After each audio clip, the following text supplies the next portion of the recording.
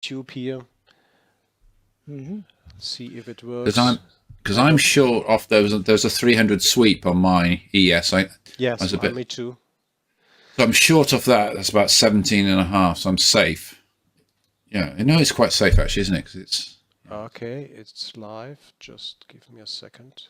Yeah, I can see they've still got that resting iceberg down at 0350. So you never know. Yeah, You never know if they do sweep it all the way down there. Oh, my DOM's not working. It does that at times. Yeah, they want to hold this area, don't they? Yeah, they're trying to hold this area, don't they? Yeah, they're trying to hold this area, don't they? Yeah, they're trying to hold this area, don't they? Yeah. Okay, it's 8:30 and the news should have come out.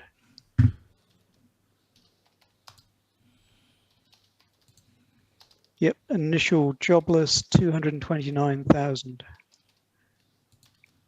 And that is higher than the forecast 206. So it's slightly worse news, but it's normally good for the markets when it's worse, isn't it? It's annoying, isn't it? Okay, David and Moby, hi. Guys, hello, welcome out there in this trading world on YouTube. Welcome to our broadcast, TTW and Friends, which is all about and around trading with TTW-TradeFinder and Bookmap. And also, as always, I'm really happy to be with Moby from Australia and Dave from UK for our chat today. It's always extremely fun, and I'm really looking forward every week to meet these great guys and to talk to them and to discuss with them about trading and everything around trading. So trading is not only executing, but trading is more than that. It's more the execution. The psychologic is an important part of trading as well. And so really happy to be with you. Hi guys, great to have you here on this broadcast on TTW Trader channel as well. So this week, Moby and Dave, I've got some interesting emails, and I have had a talk with a trader this week about trading, of course, and the most interesting part was, that what he mentioned is that trading is too complex. The trading with Bookmap is too complex, and the trading with the TradeFinder as well is too complex. It's very hard to understand what's behind.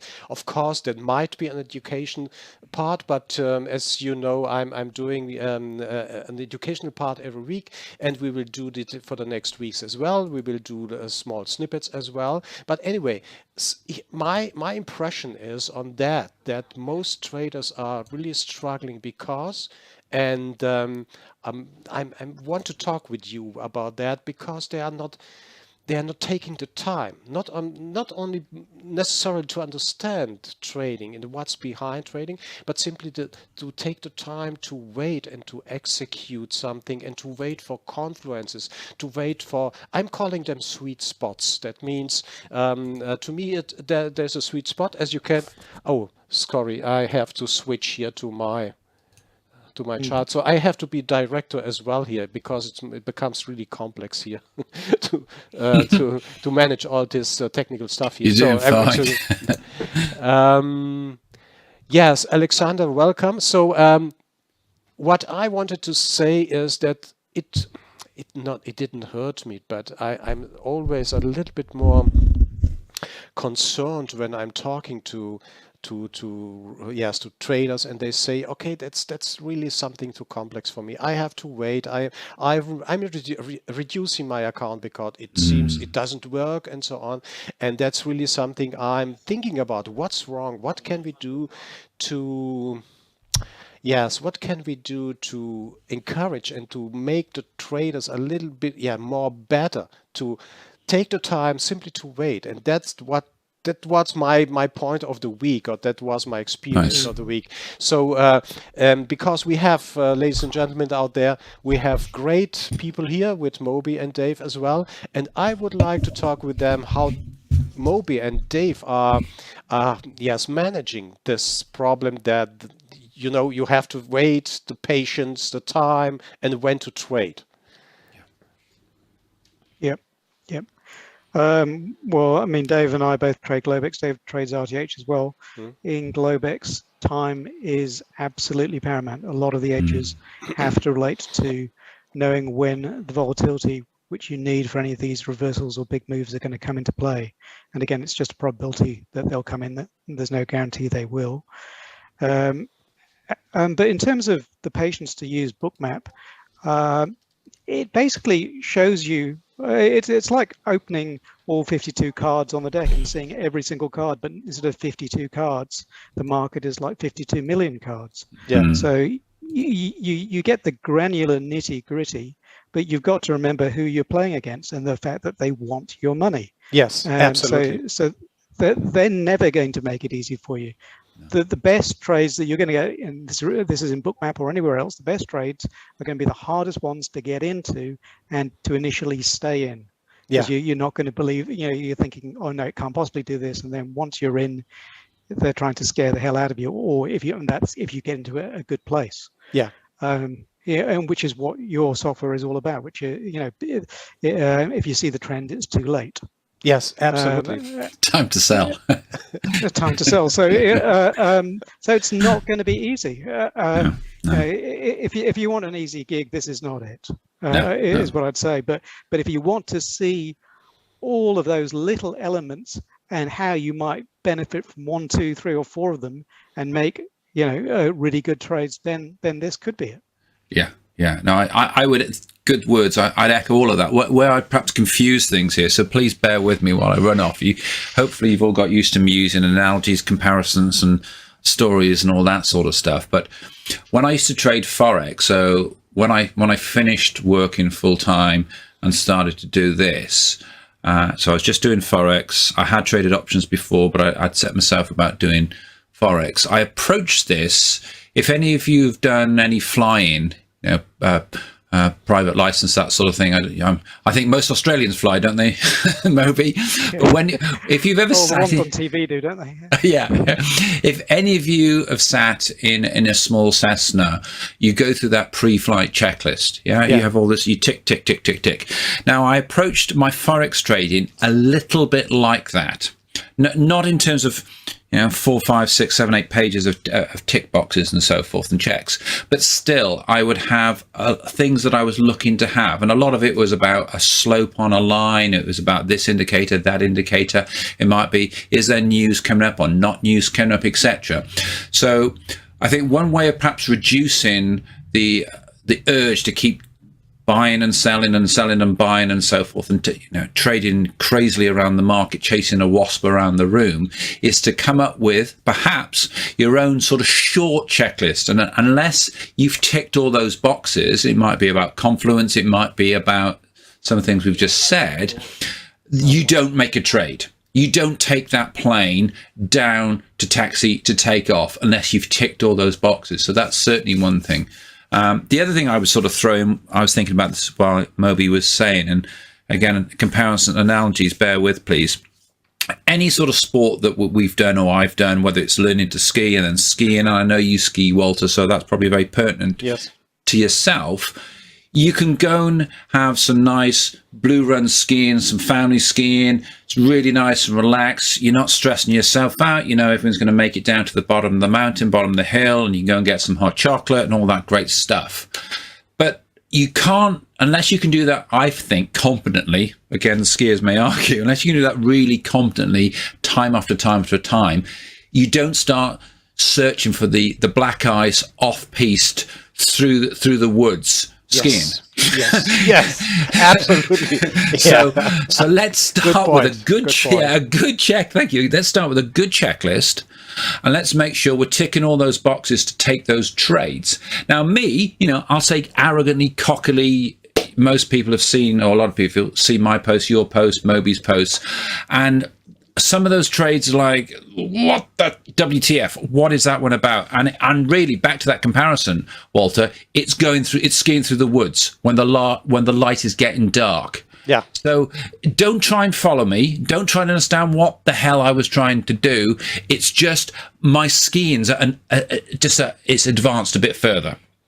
Yeah, absolutely. That's that. I mean, what you are saying, David, is the prep or the preparation for Yeah. trading is it should be extremely important for one who Yes. is maybe a little bit more. How to say impatient, Yeah. or who wants to trade very very fast, to be, I don't know what, maybe bit the first one in the trade, or maybe to finish the day or whatever. So Yeah. I think, yes, I'm totally with you, David, because preparation, and I'm doing that every day in our Discord room every single day. So I'm I have some friends which are working, or which are with financial institutions. They are providing me those institutional levels. I didn't believe in them when we talked about 3 or 4 years ago. I think it was, and then it became very it became a part of the trading, just to see this confluence here, or this is possible. And I'm very cautious with that. This possible influences, and you mentioned as well news, for example. What do we have?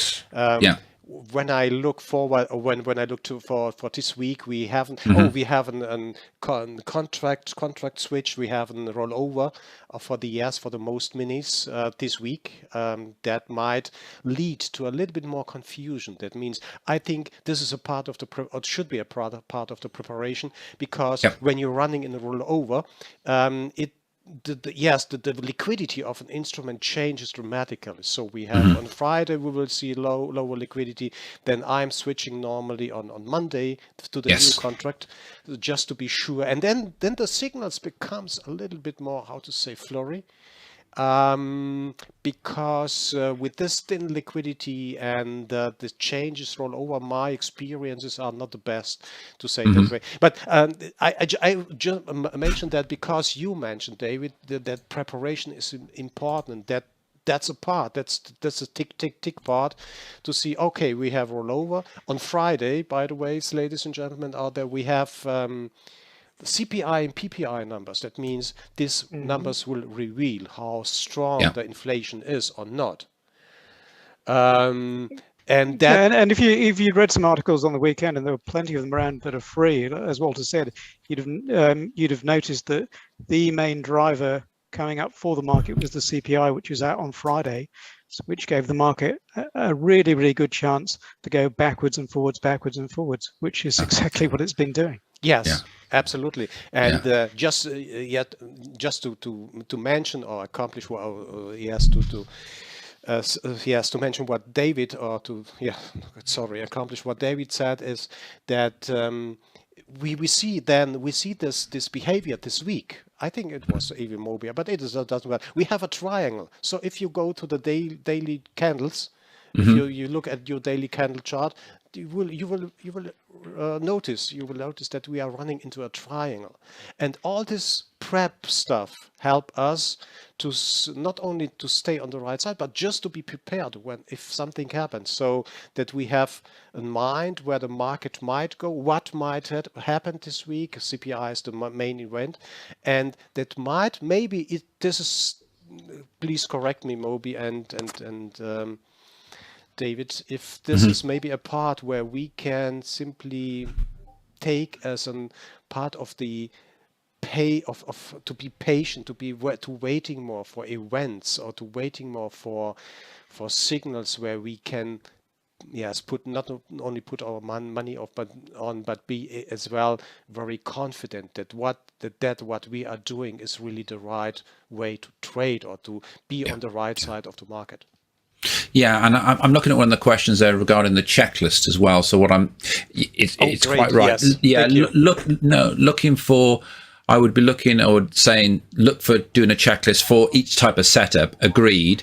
So if we recall this morning, if you saw some of my posts this morning, there's my usual stuff. I got a flavor. I was at my screens around about 7:30, so 30 minutes before London opened. The market did look like it was going to be fairly well bid. So that's sort of what's the first question is, what type of, as you're saying, what sort of setup are you going for? I trade predominantly reversals. I do prefer reversals. So that's, it's come to a point and then it scoots off the other way. But I also do chase the market, which I think someone would describe as a breakout trader, Moby. I think you'd say it was a sort of breakout. And those breakouts are driven by pace, so that's speed that it's going, and volume. So that would be another thing on my checklist. The first thing is, key for me is time of day. So as we approached 8 o'clock, talking about that trade this morning, I thought we'd chase up to the VWAP. I think the current VWAP, we went beyond the VWAP. I got in long, it pulled back a little bit. I was still confident I was the right trade, so I added a bit more. Those sort of, just putting down your thoughts on a checklist. I'm probably more of a ramble here than a definitive thing, but think to yourselves, if I'm doing a breakout trade, what are the key things I wish to see? And make sure you've written those down as your checklist, and you literally need to be ticking those and going, okay, agreed, that complies, that complies, that complies, right, I'm good to go, I'm good to hit the throttle and go down that runway to try and take off. Great. Yeah. I was looking at the same kind of reversal. I mean, one of the things one of the things I pointed out on NQ what I saw, but I have statistics on all 3 of the sessions, just in terms of the average range, etc. So I know with the relative volume that we had in Europe, and I think it was close to 100%, and the fact that the range was so tight compared to the average range over the last 10, 15 business days, however many I'm currently using, I knew that a breakout was likely to happen, and once it got going, it was going to keep going because we had miles and miles to go in that average range. Yes. So it's one of those things that so for me, one of the things on my checklist is when it starts going, and we've only had a narrow range of a reasonable day, do not fade that thing. Because I love the reversal trade like Dave. It's the worst possible thing you can do because your account will be empty. Great. And just to add to this more today's morning here. I would like, wonderful. I just want to, to focus your view on the TradeFinder. Just for what you mentioned, Dave, was the breakout over the VWAP. I hope you are talking about the ES. I'm not sure. I am talking. Yeah, today was unusual that I didn't go near NQ. Okay. I was on the ES. I did it for you, Dave. I did it for you. You did, yeah. Moby was the one trader on the book, I can see. And what you will see here, I know you're going to rightly talk about it, is old school. It's a little bit crunch, but if you zoom out, if that's the right word, or zoom in, give a bit more depth, you'll see what I would call that classic of a sort of higher lows. So it's coming back down. It's a higher low, low. You think, okay, so this is when I'm saying things like it's looking quite bad, because every time it's coming back down, it's getting supported. Yes. And the reason, I'd also look at that great big fat red bit just underneath. But in NQ especially, that got very, very. The layers looked very, very deep. And it was just one of those things where you're thinking they're going to play people here. Because they pushed it down so quickly, they're going to play people. Just to support Dave. Good man. What he said. Look here, we have. Let me do my analytical view on the chart because it goes hand in one to one. What Dave and you said, what Dave and Moby said. Here we have had that what you see here below. That's the blue. That's the so-called order book imbalance. Order book imbalance is as I lectured last week for 1 hour, is important because this let me just find what you see on my chart. These are professionals who are putting their adding their liquidity on certain levels for 1490, for 4100, for example here. And then what Dave mentioned, you see it very classical. It's a higher lows. So if you watch the candle chart, you will see that very, very clear here. And at that point, and you can then, it's maybe an idea to take a breakout trade here as well. That's it. Yeah. And then ride a move into the liquidity here above, which is also set by professionals, because the liquidity here is not.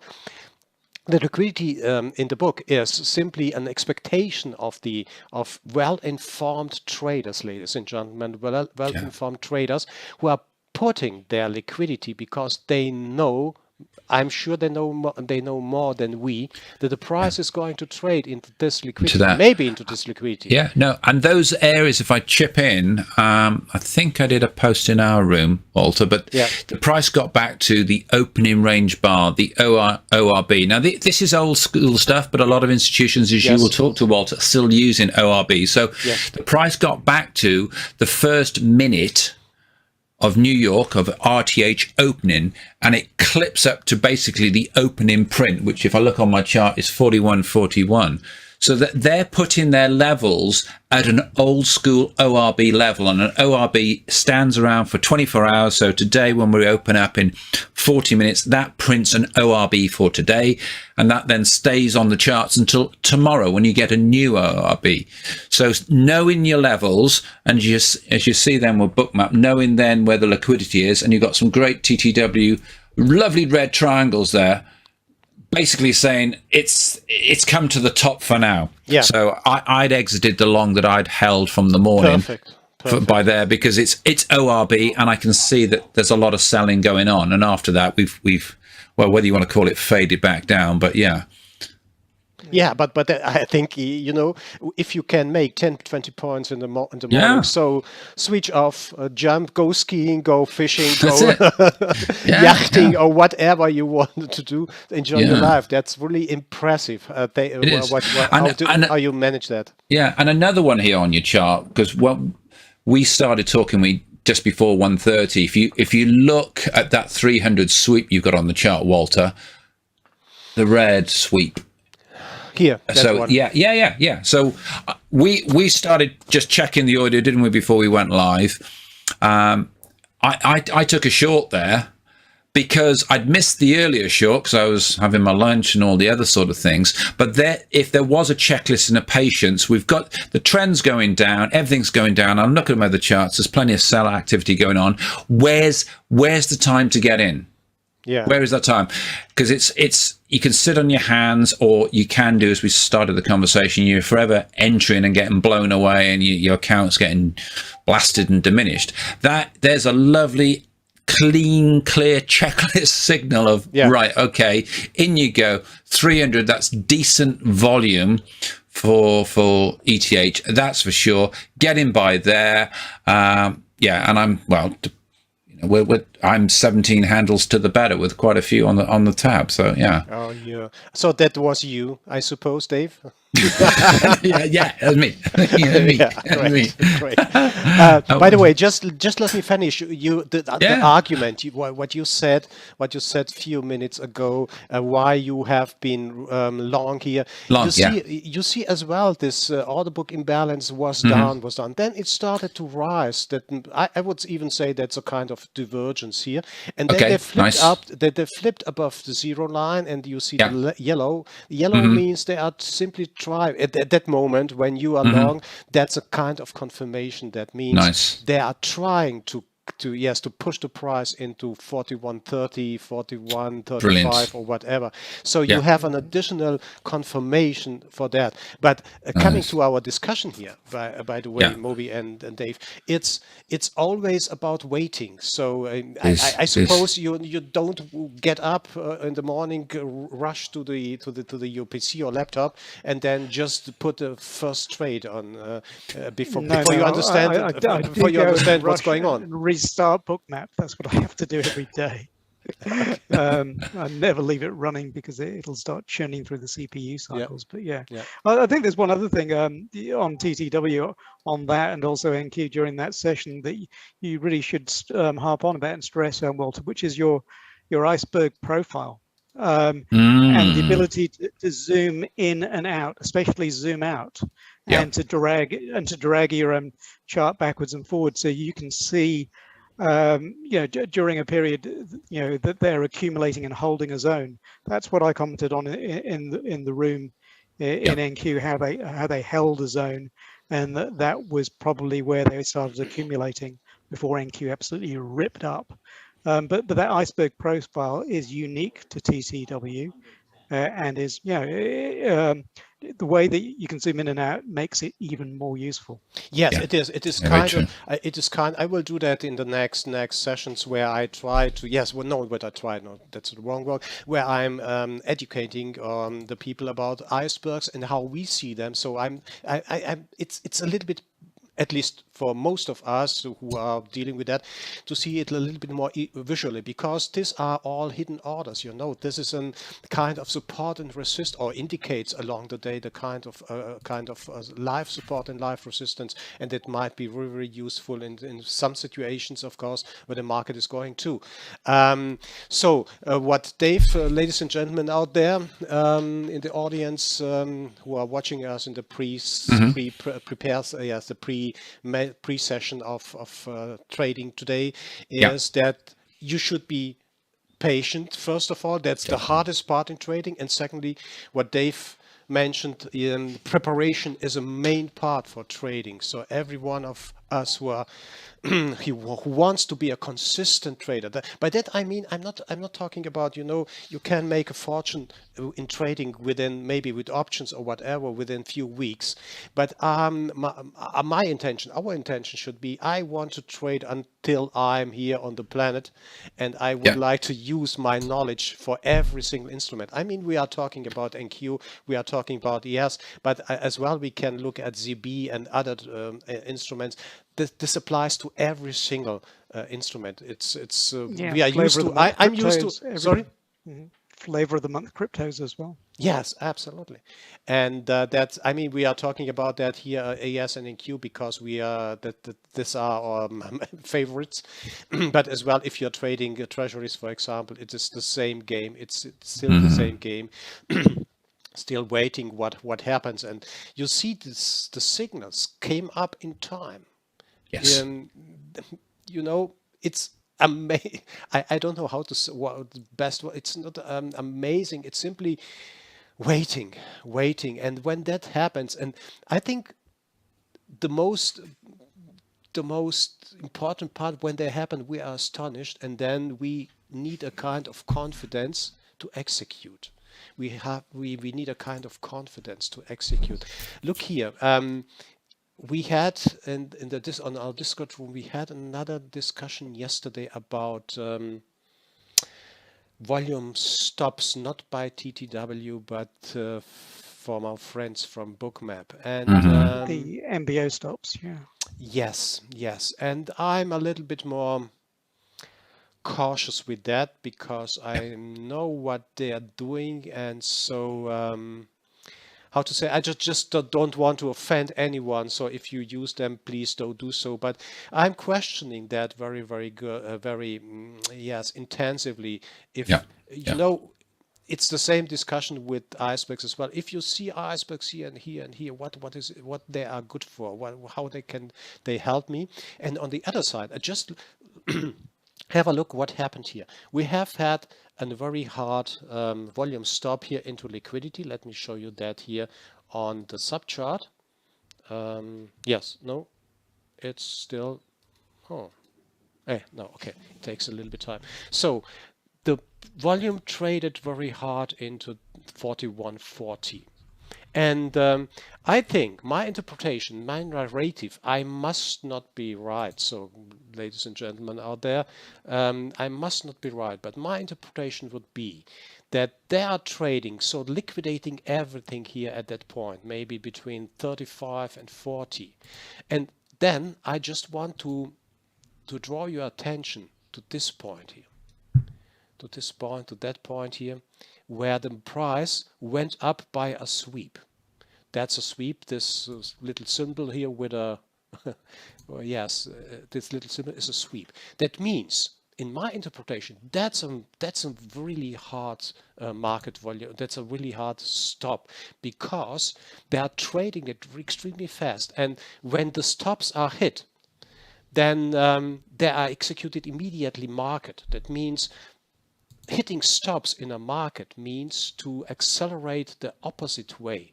So if you have a buy sweep here, hitting the stops here means they are executed market, and that means the price comes down because they are executed all on the bid here. And that means stop hunting, as I learned it. Maybe you have another view, but as I learned it very, very hard the last years, is simply to hit stops and accelerate the market in the opposite direction, here. That, I would say, it's really a stop hunting or market stop here in that point, because I think my story would be, there are a lot of people who maybe realize this is really the high, yes, the volume spike here on this side. And then they're short. What happens if they are short? So they are really happy. So they'll take a 40, 41.40, maybe 41, 39, 38, whatever. They are short here and they are happy because the price is coming down here. And suddenly, out of nowhere, a few minutes later, that was 1 hour, yeah, no, yes, 1 hour later here, a sweep is hitting their stops. So they are just shouting what happened here, because no one knows. Everyone was simply surprised that this market is going up for 5 points here through the sweep. Let's have a look at the sweep a little bit more simple only. Let me have this professional view just for the sake of the sweep here. Yes, it went up from 2.5 points for 9 ticks into 44, and that means they hit the stops of these traders here, of that traders, and then started to trade down.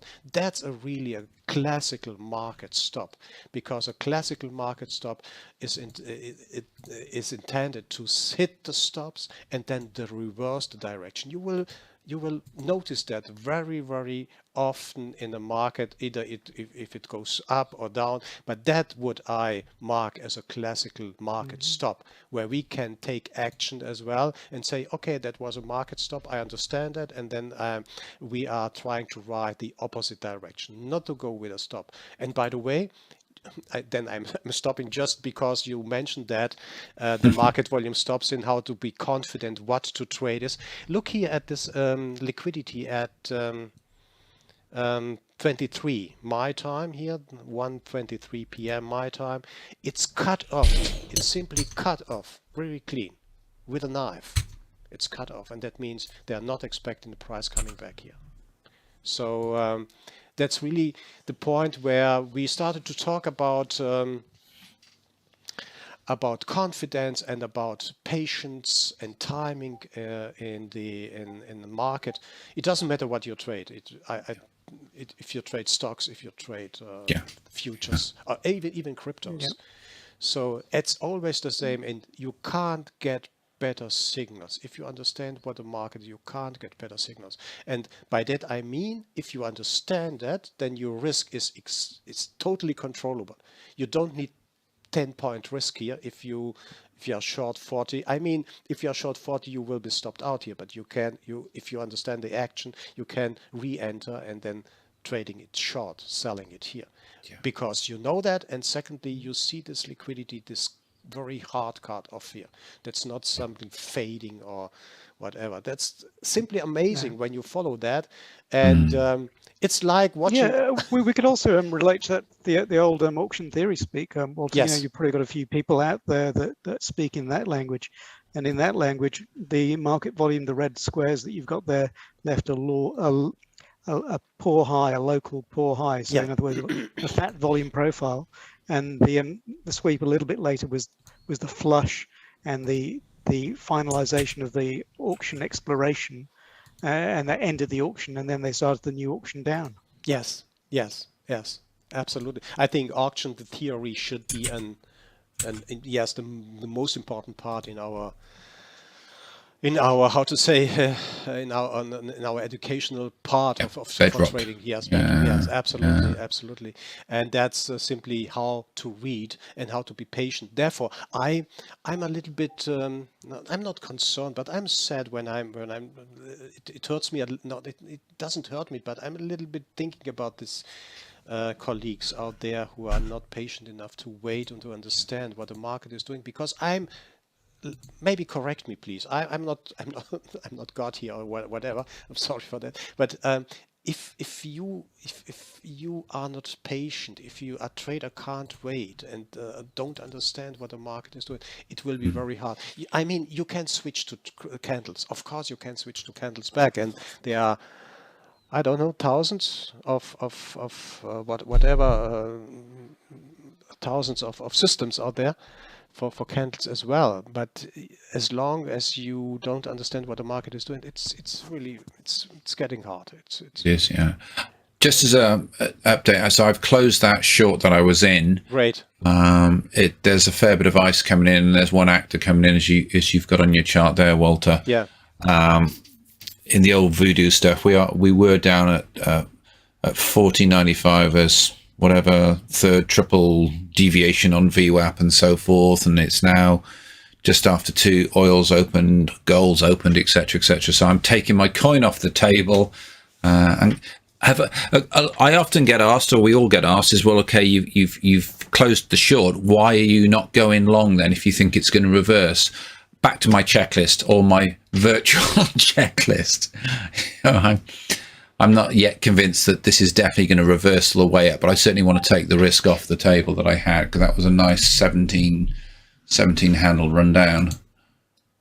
Yeah, and by the way, I would support your view, Dave, because to add that to what you mentioned is we have the imbalance now on the downside. That means you have been short, a very nice short, Dave. Yeah. Extremely well done. Thank you, trading sir. then trading into this, that was a very small iceberg. Yeah. At whatever 98 in this area. 4100 is always a psychological level. Yes. That's maybe one of the mysterious part of trading. So they are always looking for 4200, 4100, and so on. 4150, for example. I'm not if that counts something, but anyway, keep it in mind. And yes. A lot of the option strikes are at those round numbers. Yes, as well. Yeah, we do. We got the vol trigger unicorns at 4105. I know it's not quite sort of round, a little bit below. Then at the 94.95, there's another unicorn level. So we are now between. And I was speaking to one trader yesterday, actually, Walter. He may have reached out to you, and he was showing me some really nice option charts. So good. It's always good talking to fellow traders, because we're absolutely. We don't compete with each other. We just compete against the market. So. Yes, absolutely. And he was just talking through, like you've just said about earlier on this morning, in terms of where you can put your stops, where you see a lot of liquidity. So you feel confident. Your stops a little bit above that. So he was looking at some option levels on SPX. So it's above that sort of price. Then sure, if it gets blown through that, you can put your hands up and go, well, hey, come on, I had a sensible area. Yeah. So. Absolutely. It's always good talking. Yeah, absolutely. I encourage everyone, do education. I did it with Steve Hammer. I did it with John Grady. I did it with Peter Davis. All these great guys. We are not competitors.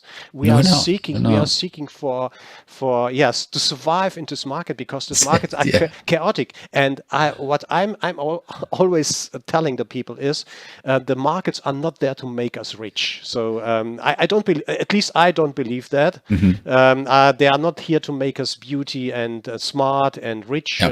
So they are here to rip us off, to take our money, and to raise their revenue. What do you think? The E-mini was invented in 97 or 98, I think, and the micro, last year or 2 years ago, I don't know, was invented. That's simply to lure in the people and to trade and to leave them. Every cent counts. Every cent counts to these people. And if you want to be better than the market, then you have to do what Dave and Moby are mentioning or recommending is prepare. Be sure what the market is. Be sure what a week will do, or what comes in a week. Yeah. The other thing I'll chip in, and I know it's not easy to learn or get to, but I find that as traders develop and they get more experience, they become more relaxed. Yes, but absolutely. You can't. So I'll say you, Walter, listen to Moby. We are fairly relaxed about it all, because that's where we've got to. That's what we've got to. And once you get to that place, it would be a lot easier to trade, I think, when you're more relaxed about it. Absolutely. So when I'm starting live trading, so in the very, very rare time I have to to conduct that. So the first point is sit back, watch this market. I think sometimes the market is really exciting to watch, like an extremely well movie. We've been last week in Top Gun. Maybe you know, it was Maverick. Yeah, Maverick. Yeah, it was Top Gun Maverick. Exactly. It was extremely entertaining. Yes, it was excellent. So if you like this kind of action, which is not CGI driven, which is really done by the people there, and it's simply mind blowing what they did. Oh, it is, isn't it? Really, so I recommend it. It's sometimes the markets are really like a good movie, and simply sit back and wait, take a popcorn or whatever you want, and wait until these signals came up, and then consider action. The one point we must mention is that we have great signals on chart. We get everyday great signals on chart on NQ and ES and stocks, treasuries, cryptos as well, but there's no, and that's maybe the saddest point here, there's no guarantee that we will get 100%. We'll be always the 100% on the right side. That's simply the part of the game, so that this is not the holy grail. Excuse me, Dave? No, it is. You're quite right, and I know I've used the analogy comparison before. But if you think of yourself as a boxer, then you've just got to be, unfortunately, and I do use the word unfortunately, you've got to be prepared to go into the ring and you're going to get hit. That's the nature of this sport. Yes, it is. A bit like skiing, when you occasionally do end up on your backside. You you can't do anything against that. Yeah.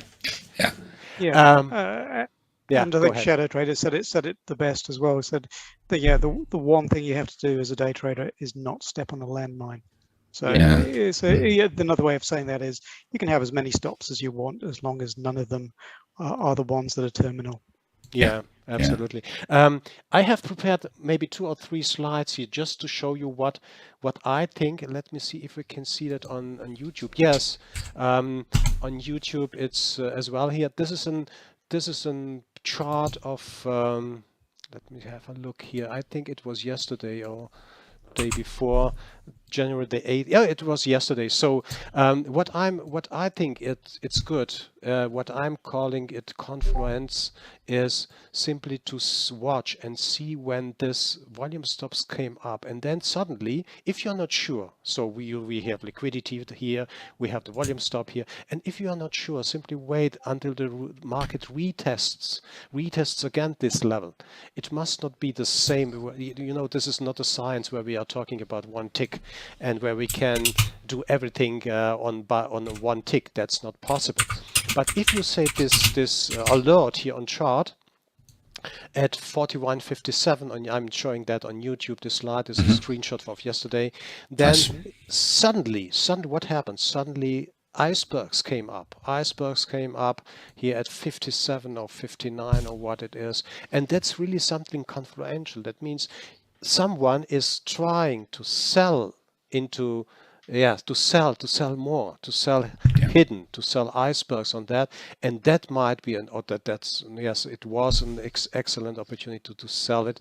That is so that's what I mean by confluence.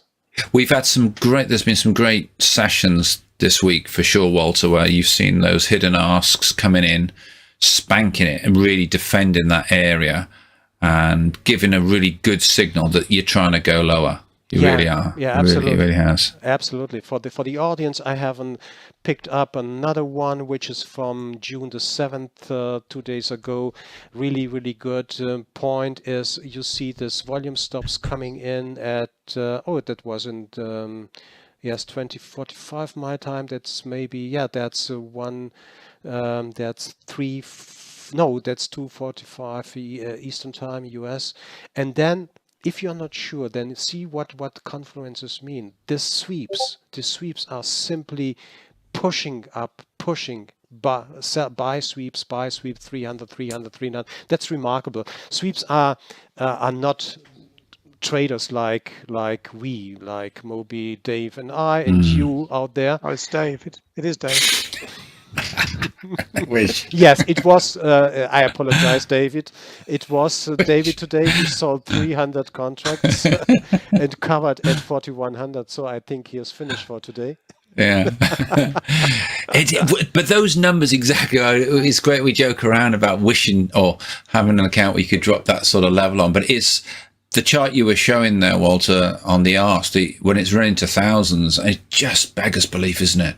It's hard to get your head around that someone is hitting the arse. Yeah, absolutely. Absolutely. Level. That's really lovely to see that. And just wait until something comes up. I think the next one is as well from, it was from Tuesday as well. You see this DID, you see this DID coming up here. We call it DID, Dynamical Iceberg Development here with 222, 222, 220.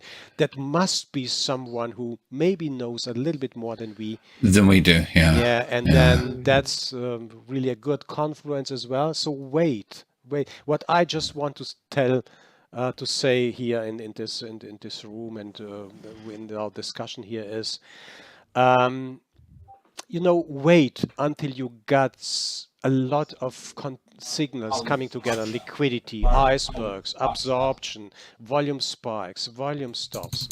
That's a good sign that the market will most probably reverse at those points. Don't rush in anything which is not necessarily without any arguments for you, and don't waste your money if you are, let me say, too high risk. Too high risk here. Where we are now, we could, whilst it's selling off quite aggressively, as we can see on the ES, we've got some ice coming in. We've run quite a lot of stops, 400 or so stops. That level is one of those option levels, unicorn, as I call them, unicorn L3. Yeah. So it is a high risk. I have just clicked a cheeky little long, but it's high risk because this is skiing through the trees again. Skiing through the trees again. Yeah, you're well at that. So because you are experienced, you can skiing through the trees with blindfold. Yeah. Mm-hmm. But it's definitely a Zoe area for Moby, that's for sure. Yeah, well, it's a huge market volume stop on ES there, isn't it? 962. It's yeah, it is. Yeah. But on the other side, I'm stressing that a little bit again, just to show that we are putting a lot of energy. Let me say we are putting a lot of energy in our development because we are trading them ourselves. Of course, that's not. We are selling. We are sharing. I like the word sharing with you, and. Yep.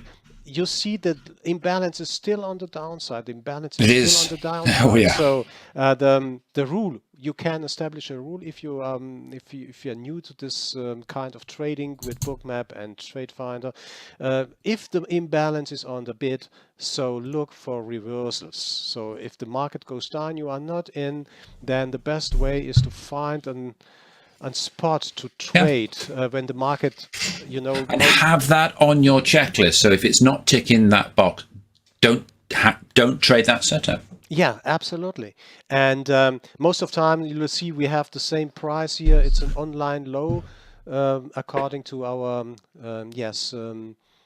cloud nodes, which are provided for free in our Discord room. Thank you, Chuck, for that if you're around. Chuck. And someone simply took profits here, but the market is not in the mood to trade higher. So that means it's going back. No, give it time. Now I like your work. Started piling Come on, Moby. keep on the bid, please, Moby. I'm just looking at the layering on NQ as well. So you kind of think it's looking too obvious to just go down at the moment, especially after the move we've just had. So they've got to take a few sellers stops at least. Yeah, Amazon is chasing. So Amazon at the moment is at 1919 3/4, and there's a reasonable bit of liquidity down about 50 cents lower. There's 21,000 contracts sitting there in ETH, although I know we're nearly RTH. So there is a bit of a drawdown and so forth on that. Yeah. Let me have a look here at NQ. I'm not trading NQ, but Moby is the expert here. No, I just thought, if you look at NQ, it depends whether you zoom in or out vertically. There were quite a few layers of heat just underneath there. Perfect. Thank you for placing them there. You said this before, Walter, in the room. Probably you said it in Yes. videos. That when you interact with that liquidity the first time, probably here the second time as well, you're not going to get through if it's that heavily layered. Yeah. So, I mean, it's you know, if you want to be incredibly brave or you're just a scalper, that you can scalp the first time. Just don't keep the position, because if the market is in a mind to move down, it's going to move much further down. Yeah, it is. But anyway, I'm just I'm astonished a little bit about what I see here on NQ, because as mentioned, I'm not watching NQ. Look here, that was a very nice stop here. And then, yeah, as you mentioned, you see that they're trying to support this area. So we are, how many, 10 minutes before the open, I think, and then they're trying to achieve something here. Sweeps, 150 sweeps, 150 contracts. Let me just add as well a little bit more better advanced. What is, oh no, here, excuse me. So that. So yes, 150 sweeps at 543, for example. That's one of the things on my checklist, Dave, is that if I think, oh, the NQ looks like it's going to go down, I immediately write that down as a check, but it's probably not going to go down. It's going to go down. I'm going long. Yeah, I'm with you. Yeah, exactly. Yeah, because the NQ will do exactly what it doesn't look like it's going to do. Yeah. Oh yeah, fake outs and suckers punches and all the rest. That's why I was saying there. You know, you've probably got 20 points or 15 or so if you're long on that one. Yeah, definitely. Fantastic. Let us have a look at the ZB. Just to see around if we can't see anything. We can see anything here. Oh yeah, ZB as well. I think John from our room. I'm not sure, John, if you're around. He traded this long position here. Oh, gorgeous. Trade. And what I've observed with ZB. I traded ZB with John Grady. I'm not sure if you know John Grady. He is from, I think his page is No Bullshit Trading. I think it's No BS Trading. Yeah, it is really fantastic. Yeah. And I've been with him for several years.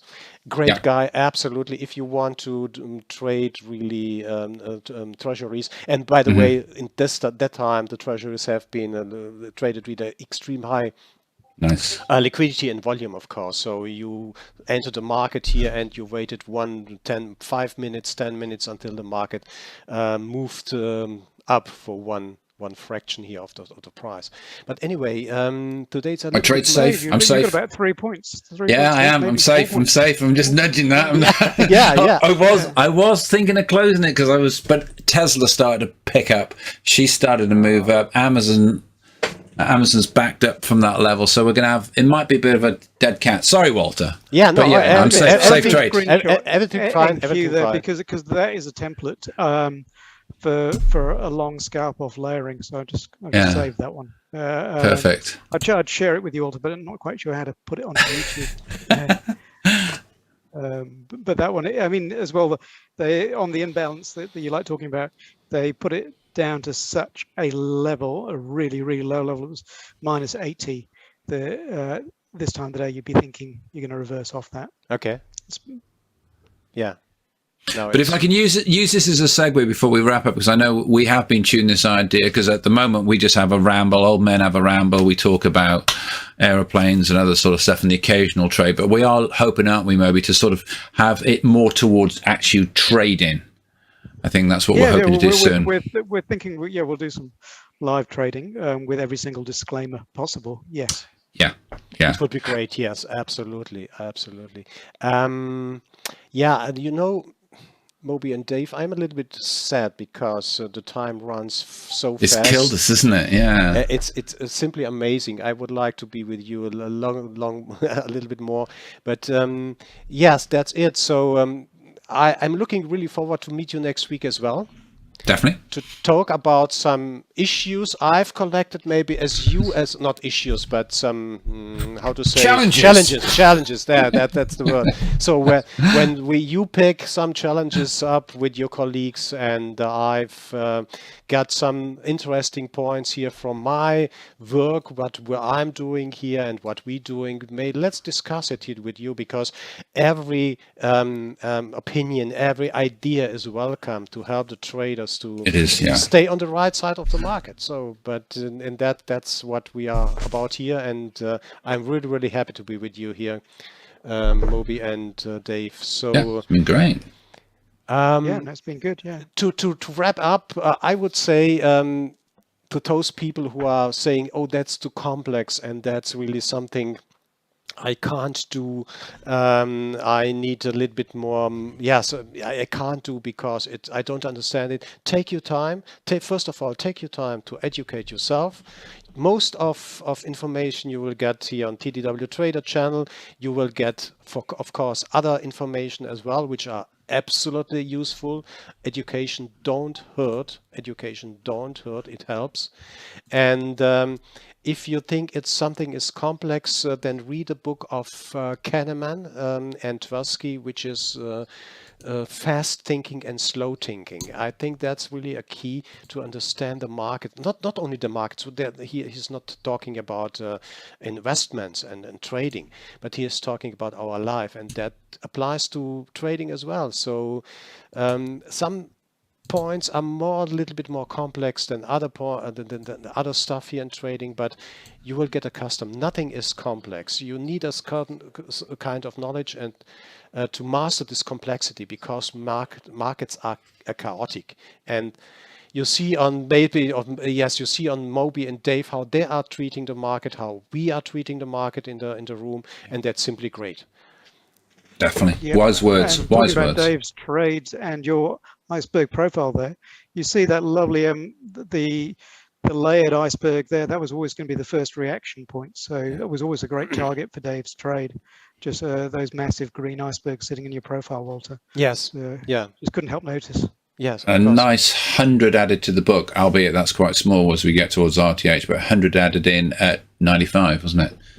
Really nice. I'm very happy to have been part of this. You know, nothing like I'm just hearing the word patience a few hundred times over, and I will dig out my audiobook copy of Kahneman tomorrow and just listen to that instead of Spotify.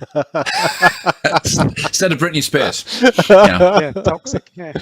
Great, love you, Moby, love you, David. Thank you very much. Thank you very much for being with me today. Thank you, guys. I'm looking forward. For next week, and maybe live trading as well. We talked about that, and let's find a time when we can do that. When it can work, for sure. Okay, thank you. Great. Have a nice afternoon, nice morning, everyone. Thanks. Cheers, Walter. Cheers, Moby. Take care. Cheers, and thanks. Bye-bye. Bye now. Bye.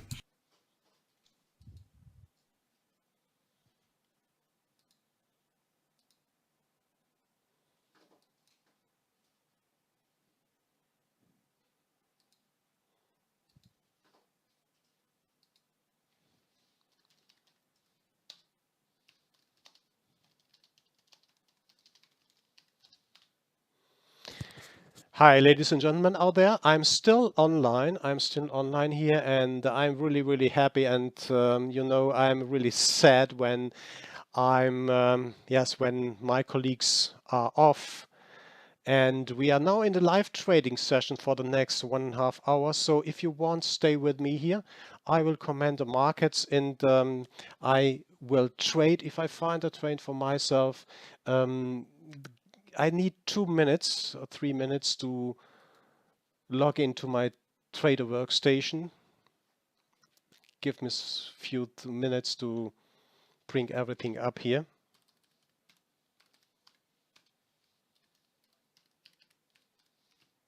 If you have questions, please put it here in the room or in the chat here as well. So if I can, I will answer as much as I can and guide you through the live trading comment as well.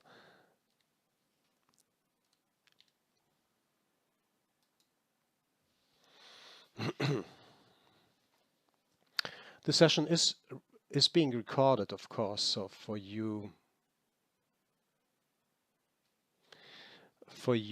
an interesting, just go back to the recordings. And by the way, for those of you ladies and gentlemen out there, please join me tomorrow in the educational session.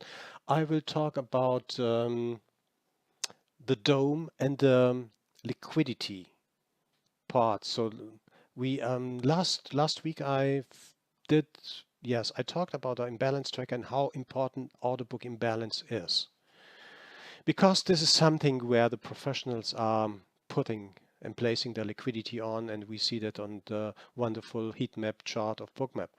Tomorrow I would like to spend another hour talking about the liquidity tracker, and not only about the liquidity tracker, but as well how important an order book is for every one of us. And by the way, ladies and gentlemen, if you're listening here, it costs you nothing, so it's simply there. We can help you set up, if you have a TradeFinder, the same session, and you will have the most of it. And then the next session will be about the icebergs, of course, the Market Explorer, volume stops, and so on. So stay tuned. I will do that every week, 1 hour. Everything will be recorded. Everything will be available on YouTube as well on our webpage. So let me just start my trading environment. My trader workstation is up and running, and my old-fashioned bracket trader, you know, I'm really old-fashioned on that. I'm using an external, either the Superdome of Ninja Trader or the bracket trader, which works flawlessly from my point here of view. Okay, market is open, and we will see what we can do. So my recommendation, or the recommendation always is, treat trading like a good movie. Don't rush in, stay calm, see what the market will offer. That's my SPY chart here. I will put it on another screen here. So I'm watching the ES future. I'm watching the SPY, I'm watching the VXX, as well the volatility indice, and then that's it what I'm having here on my screens.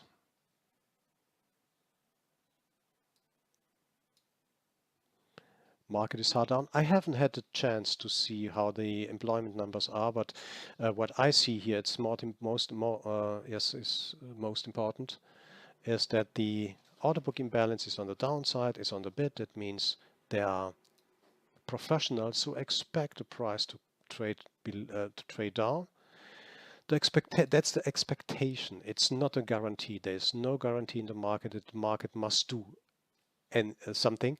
If we get news or something positive here, the market, the price, and the aggressors in the market can flip immediately to the upside, and you will see they are cutting off the liquidity on this side. So Sam is asking, Sam Note, out of 100 traders, how many use DOM volume versus chart and candles? Sam Note, I'm speaking to Sam Note. I hope you're around and you're listening. In my experience, based on my experience, I would say maybe 1 or 2 out of 100 traders are using DOM and volume to understand what the market is doing. Maybe I'm a little bit too optimistic, but let me be so optimistic in that regard. Because I think that's the most important part. It costs you nothing, and if you understand the auction and how it is kept in the order book, it will give you a lot of advantages along your trading, not only for ES, not only for the futures we trade normally, but for treasuries, for stocks, and so on. It's a little bit more harder for illiquid, so that means thin liquid instruments like NQ. But same note, I'm answering your question, and that's a good one. My impression, that's only my opinion. I think maybe, let me say 5 out of 100 are using the DOM and volume, and understand the market volume, understand the liquidity, because these are really differences. There are differences between excuse me, aggressor volume and liquidity. Ivan Martinov is asking, is the order book imbalance just the difference of the bid and ask volume currently on? No, it is not. Just to repeat a question, Ivan is asking, is the order book imbalance just the difference of the bid and ask volume currently on the order book? No, it is not. It is not an V delta. It is not an difference between bid and ask. It is the excuse me, it is the liquidity in the book here on this side, which is measured. You see what happens right now here. It is not the difference, definitely not. Let me have a look here just to switch off this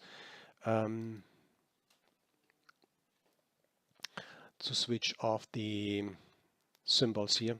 I just want to have plain symbols, symbol only, and the other one as well here, symbol only, just to reduce the signals on my chart. No, it is not. It is the liquidity measured in the book. And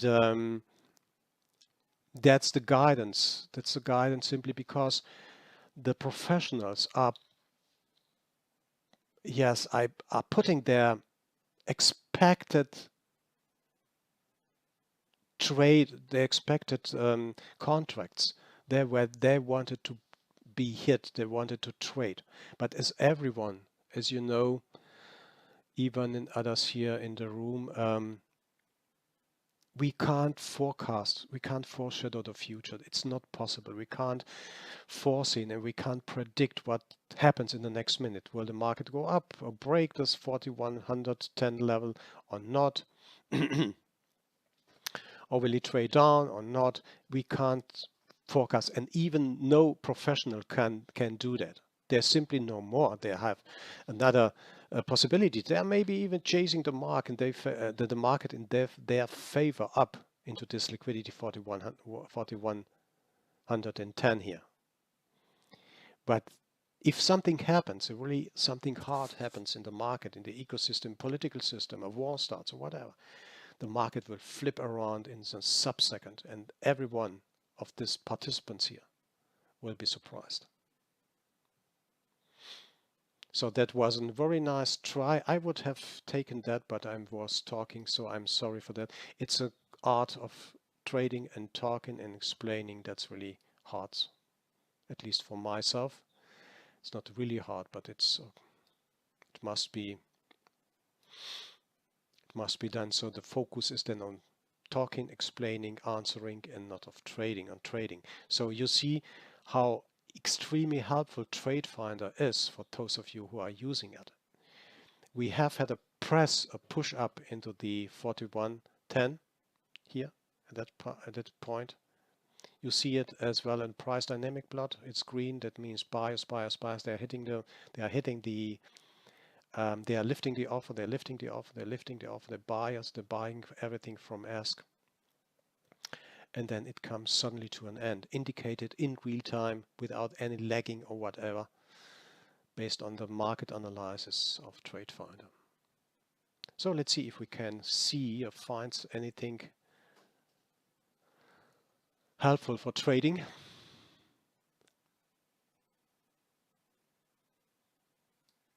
For those of you, just to mention, to see that, for those of you who are using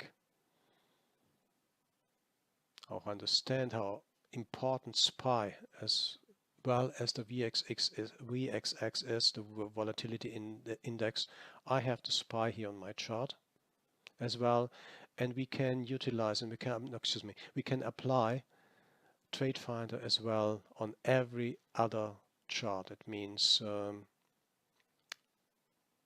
non-NBO and MBO, just to filter the signals, to know, to get an additional insurance if you want to be secure what we are doing. If you see that here, for example, that was 36. Let's see in the years what happened at 36. That was a short here.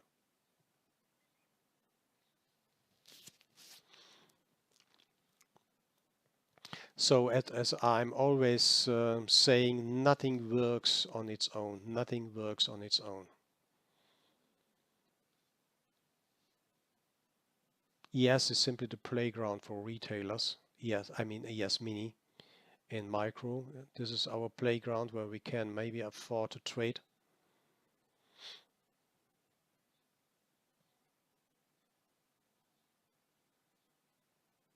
By the way, if you are looking at the book, market went up and perfect trade here. That was really a perfect entry. I didn't take it because I was explaining. And then you see how they are hitting the bid. Sellers are hitting the bid. This is the price dynamic plot. Sellers are hitting the bid. Sellers are hitting the bid. Sellers are hitting the bid. And that means selling.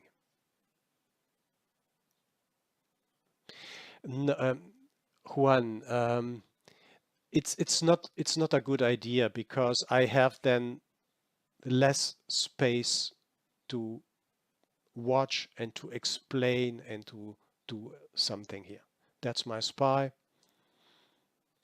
here.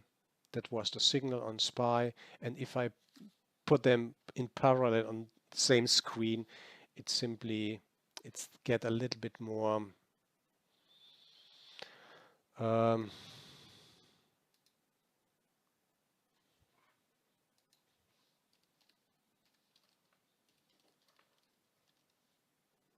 it's get a little bit more, not unclear, but yeah, a little bit more messy, let me say that way here.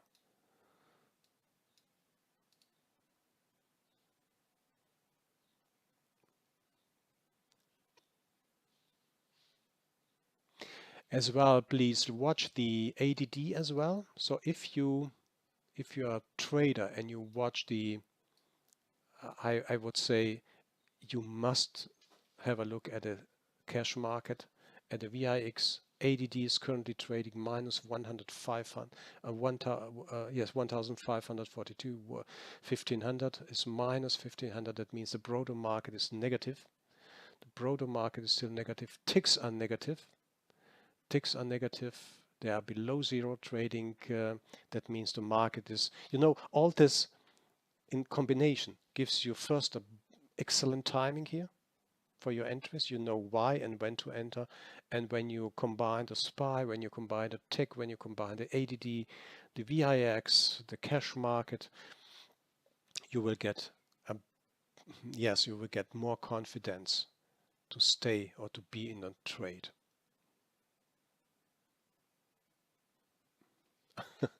Sam Note is asking, how many monitors do you use, CPU and memory size? Please let us know. Sam, I'm using 6 monitors here. I have 6 monitors. I'm not sure, I can't show everything here. I have 6 monitors. Not sure if I can display them on Manicam, but anyway, believe me, I have 6 monitors here. I have an PC running.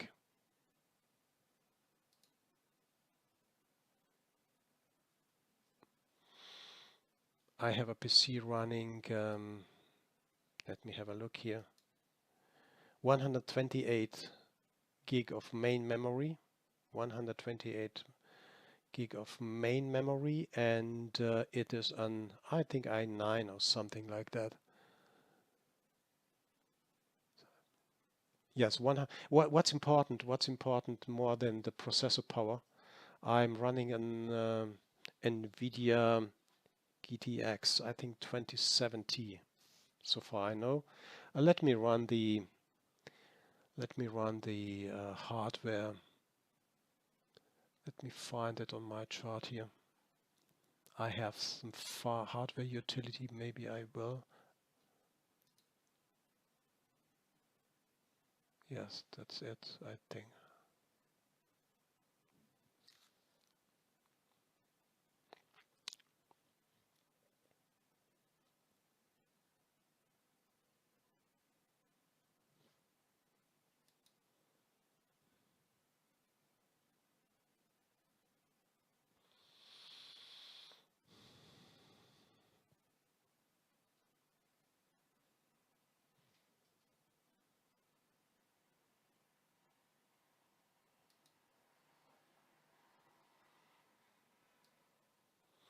So it's an Intel Core i9. I have an mainboard Asus Prime and 3070. I have two, yes, I have two of them, 3070 and NVIDIA graphic card, and another one just to drive this tick new high. NVIDIA 3070, and the second one, I'm not sure why it's not there. So with 128 gig of main memory and only flash drives here, of course. This, but you don't need that much of power, because I'm editing, I'm sharing, I'm broadcasting, and so on, Sam. So that's not necessary to have such a power, because we are zooming here as a team. So it's a business PC, and we broadcast, we share videos, and so on. I'm cutting videos, edit videos, so you don't need to have this much power. But what I recommend is a laptop, i7 at least, and a very good graphic card, maybe NVIDIA 3050, 3060, and at least 64 gigabyte of memory. That means if you have that 64 gigabyte of memory, it is sufficient to run your broker's charts. Maybe you have other charts. Then Bookmap, TradeFinder is not performance hungry at all with the new versions. So it should be sufficient to have this all on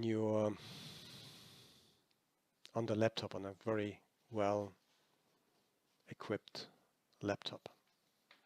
Okay, coming to trading, ladies and gentlemen. Now, hindsight, it was obvious to take this trade, but when that happened, I was talking, so I unfortunately didn't took this trade at 41.7, and that's another warning sign. If you are short, that might be the point where you should simply exit, your trade. If you are in at 07 and trade into 87, that means 10-15 points are on your side, are in your pocket. Do this trade. I'm saying leave the casino. Be happy that you master the market and enjoy your life.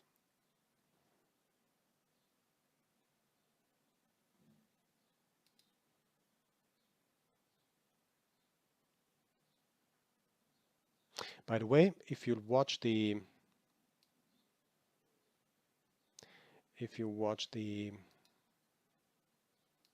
imbalance line started to drop here, that was the latest point where you get an alert, or where you should be alerted or thinking about a shorter market here. Please go to, see my last video last week. It's on tick YouTube. New high. It's on our page, TTW-TradeFinder.com/videos. And go through the educational part here.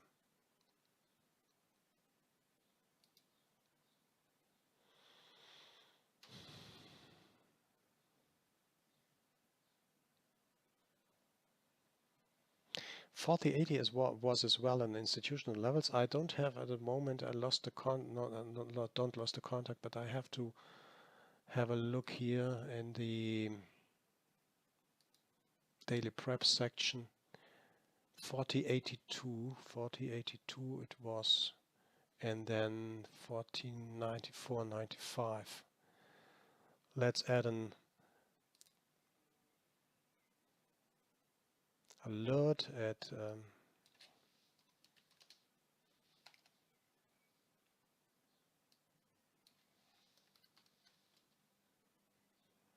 no, it was 48T. I think it was 48. Yeah, it doesn't matter. Let's add it here. 4082.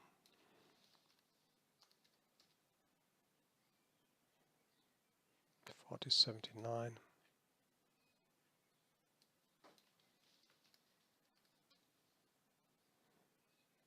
And we have 195 as well here. At that point, the gap is, let me see the gap, that's quite interesting. I missed the gap. Gap was 4114.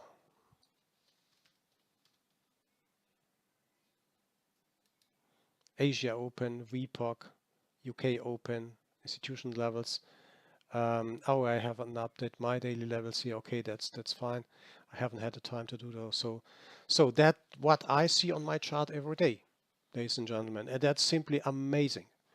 You will never find anything better out there in this arena. I'm sorry if I'm doing a little bit advertising here, but you see it online. So that's nothing tweaked. That's nothing what is manipulated or whatever. It leaves your chart very clean, and it gives you the best signals you can have. And when you understand the reasons and the mechanic behind this, how to say, signals and this whole story here, what we are talking about, what I'm trying to educate and put on TradeFinder, it's simply amazing. It's simply amazing.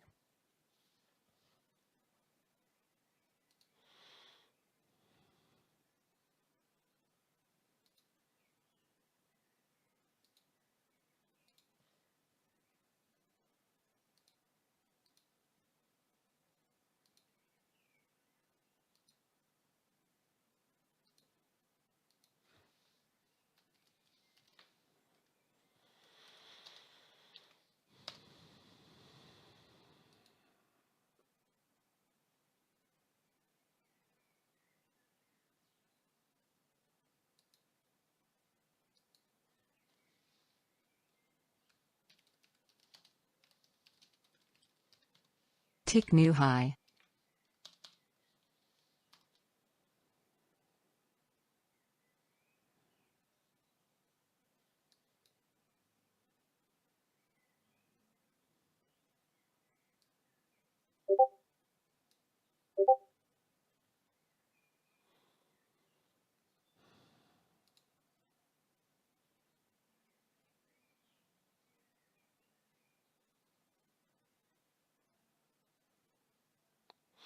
So what's up here on this chart? You see, when you're following us on the Discord channel, just leave me here,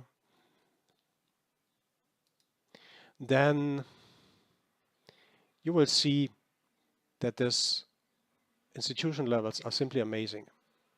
I'm not sure how do they do that, what's behind, but I think they even estimate a kind of daily range. Let me have a look if I put them today on.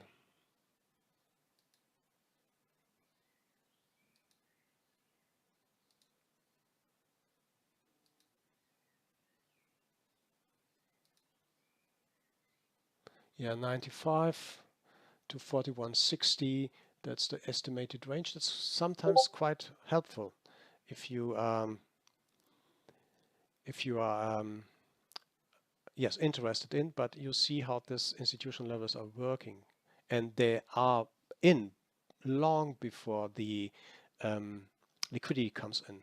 So that's what I'm posting. I'm posting them maybe latest 1 hour before the open. When I'm around, they're only available if I'm around, and if I'm on holiday or something. Yes, and anything else, I'm not posting anything here. So just to mention, this is nothing hindsight. This is nothing which comes up when the market, yes, trades around these levels here. No, that's all live. That's all live.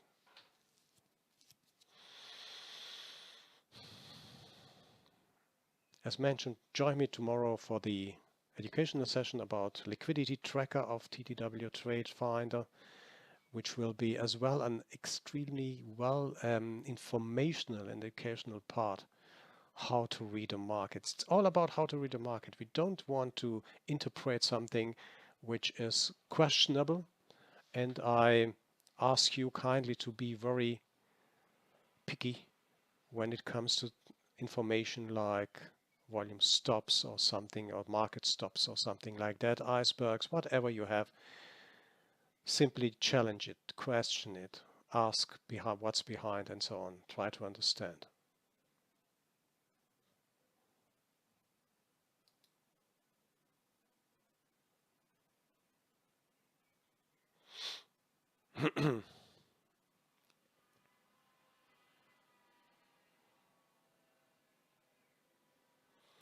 Market traded into the gap.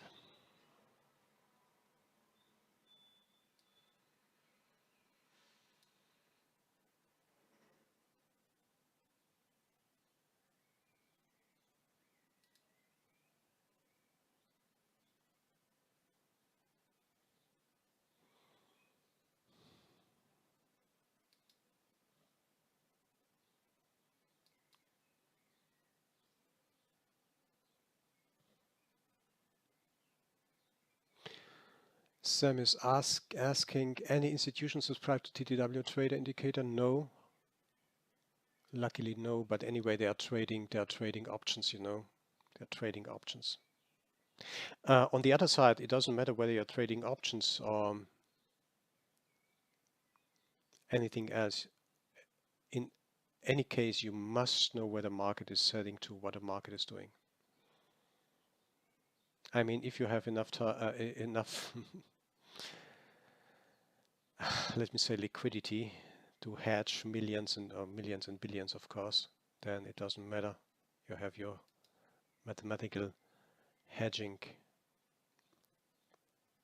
algorithm, or using SPY and SPX and so on to trade. I'm just focusing on the market right now, what the market is doing here. We have a very nice stop here, which means always a kind of break. And you see we are trading in average 2000 on aggressor volume and 70 on liquidity. That's not bad, but it's not the best. We are trading since days with a thin liquidity.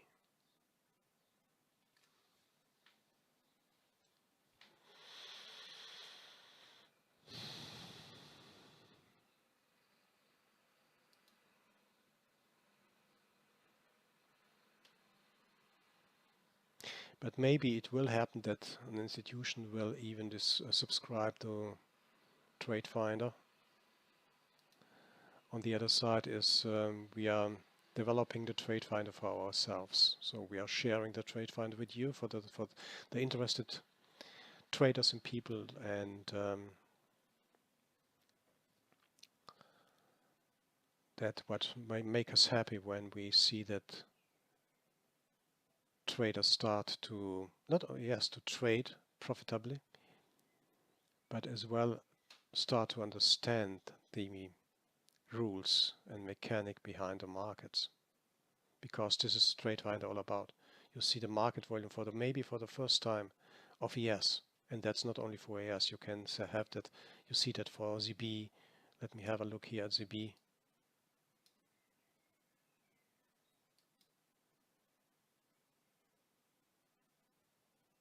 You see that's ZB 30-year, taking long here, exit here, perfect.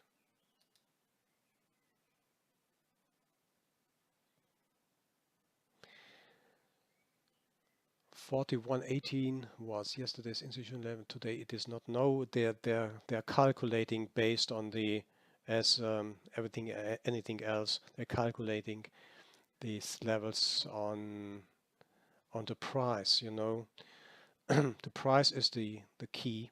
The price is the key, and based on that, what happened yesterday at the close and after the close and during the Asia session and European session. They are calculating all these levels from let me say from scratch.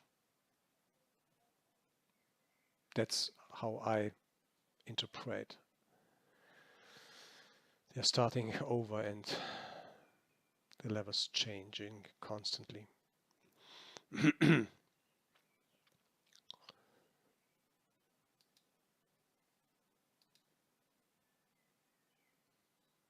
What else can you see here? That's quite nice. You see, we have the market volume stop line is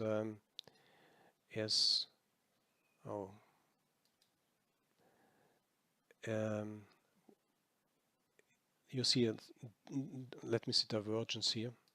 At that point, that was the highest peak. You see as well volume coming in here, high volume traded, and now they are trading with low volume here.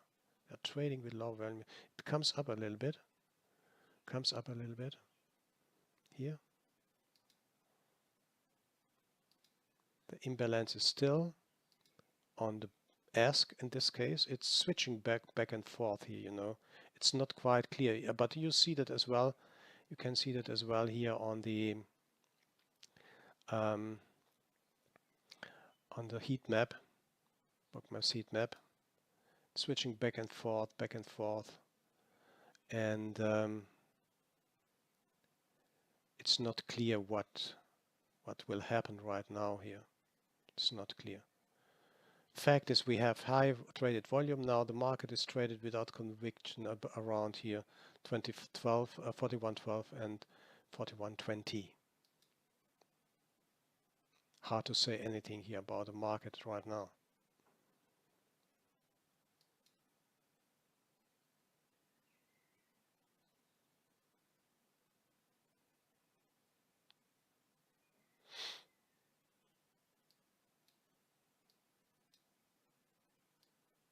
What I did is simply took a trade here. I'm short 16.15, taking one off. I'm break even. That can really fast go back.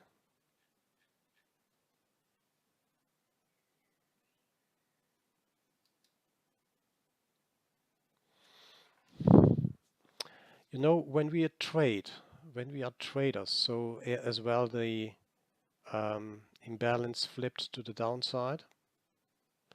When we are traders, so we must be lucky. That means luck is not to enter a trade or to manage your risk. Luck is simply in the market. Sometimes you will do this trade here and the market will go straight down or straight in the right direction. It means up or down. On the other side, you will do the same trade tomorrow and the market will stop you out immediately. But everything was fine. So the market must be on the right side. That's what I learned. We must have luck when we are trading or when we trade. So I'm short 16.15, took one off. I'm just one in the market here. They must break 10 if they're really serious to trade lower. But everything can happen. I'm not watching the news right now when I'm live. I'm not watching the news. But you see how they are trading around the VWAP here. I will give a little bit more rope here on my stop 16. Let's see if they can make it through the VWAP 41.10. Stay calm, be relaxed. If you are short, you did it extremely well. You picked a high.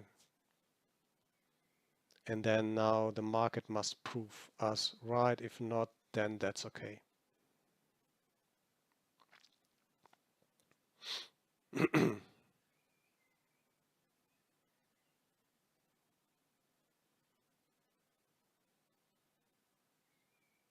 I'm very fast with my price ladder here.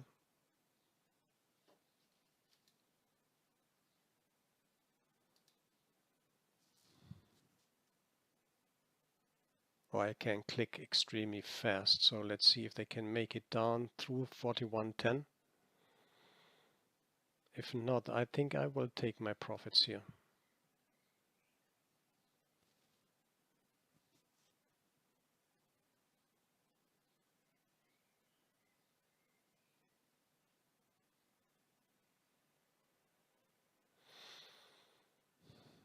And now the decision is taking profit or let it go.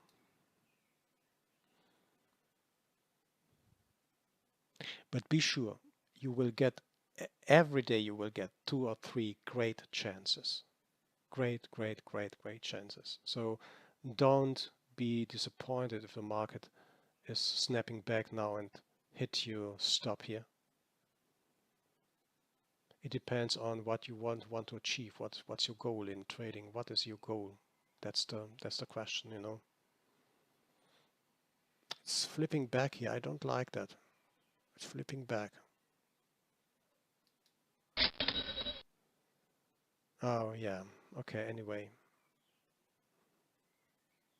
That was my first trade. So the trade was good for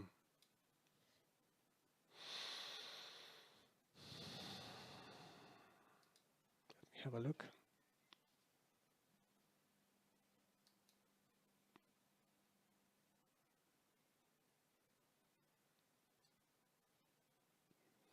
Yeah, 1650 to 1050, 6 points.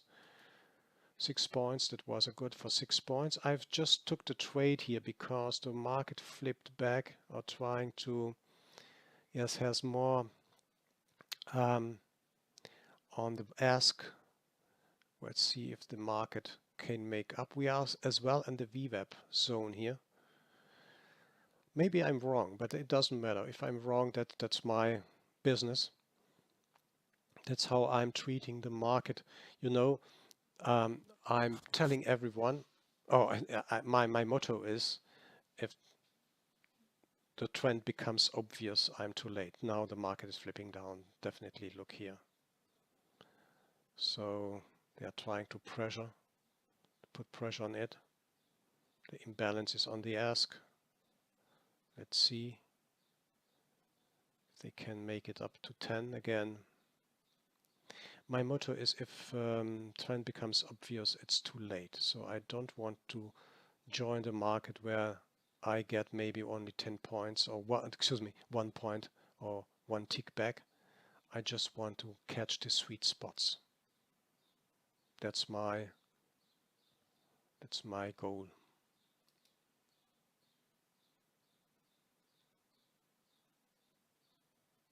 Oh, that's my style of trading method, however you want to call it.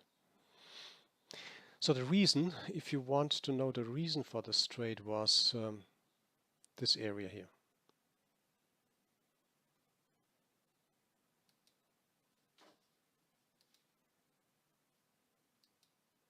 Once you understand why this area was important for the short here, then you're really good.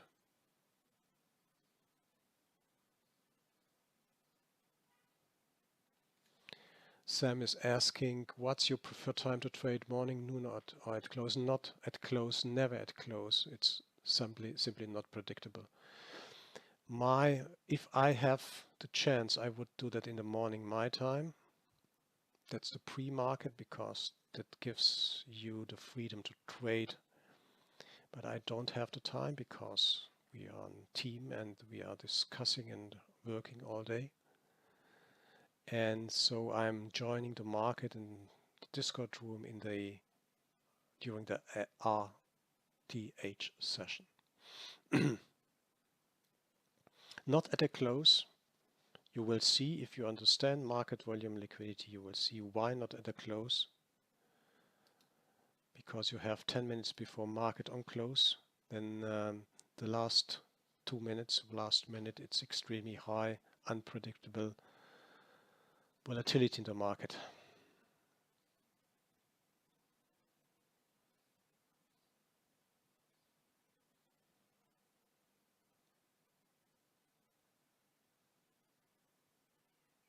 that's it.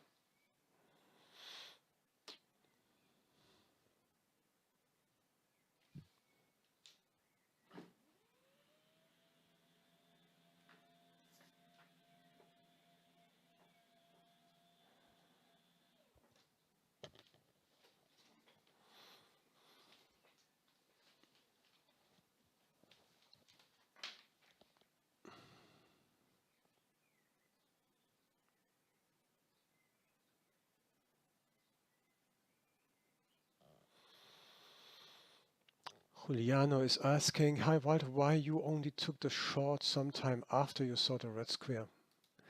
Because, you know, what we are analyzing here, all these signals has a meaning in the market, and that is very tied, that's very tied to the auction of the market. These markers here, volume stops for example, points to an exhausted market. And you must understand the matching engine or the matching algorithm, how an auction takes place. And that's the reason why this kind of market stops here, which we populate, which we try to make it interesting for traders. This has to do with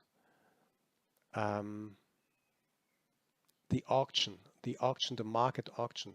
You need to understand CME matching algorithm. You need to understand how this matching algorithm works, and you will immediately understand why these levels are important and what happens when these levels are hit. It's not working all the time, as I'm always saying, that we don't have the Holy Grail. Stop watching for Holy Grail or whatever. We are dealing with probabilities in the market every single day. And my reason for taking this trade here short was simply this event here, or that event here. And by the way, if you can see it very nicely on the subchart in the graph here of the volume stop. This volume simply starts to deteriorate here. You see that? That was a high, and then you see the nice divergence here.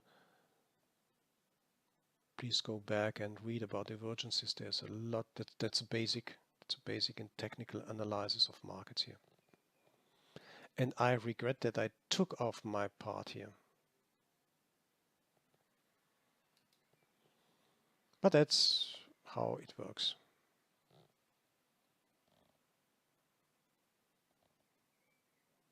No regrets, ladies and gentlemen. Everything is fine. We have a nice entry here. First stop here. Second one here. Perfect.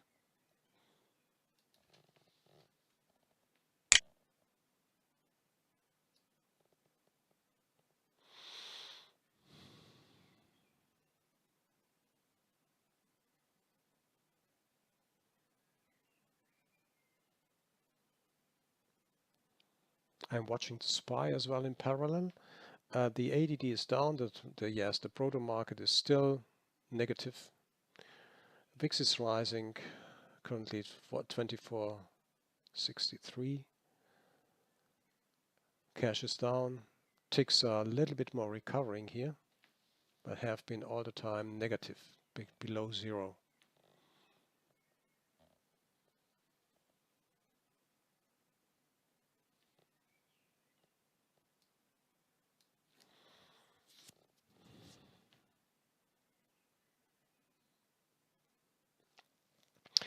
In the next episodes, we will talk about icebergs, and I think I'm not exaggerating when I say we have the best iceberg engine in this market. And watch the iceberg dome here. the profile. This is the iceberg profile here on this side. When you see that, let me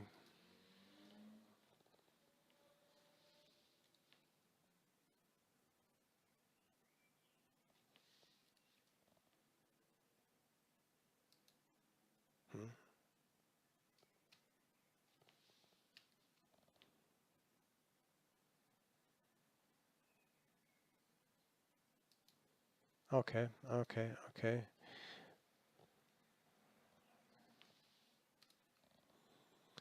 When you look here at the dome where my cursor is, this part, you see a lot of hidden orders on ask. A lot of hidden orders on ask. Let me switch off this price alert here. You see a lot of hidden orders here on ask. This is a kind of, let me say, hidden order resistance. You don't need to know whether these are 50, 60, 10, 15, 18, whatever it is or might be.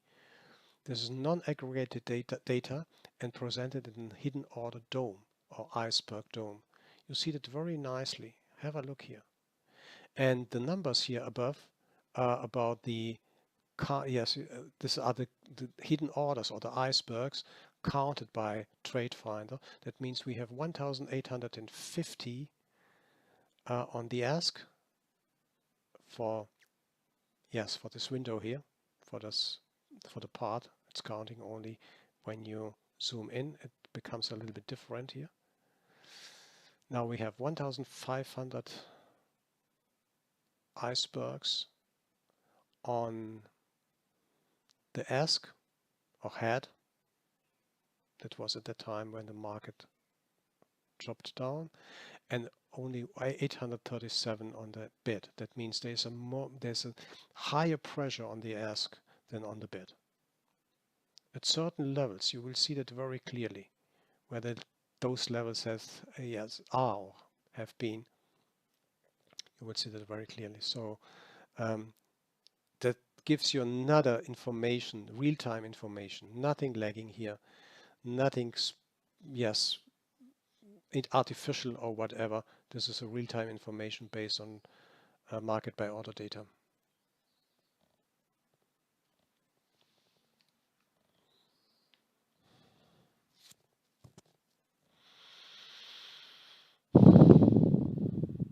That was an institution level as well here, 49.5, 49.94, 95, I think.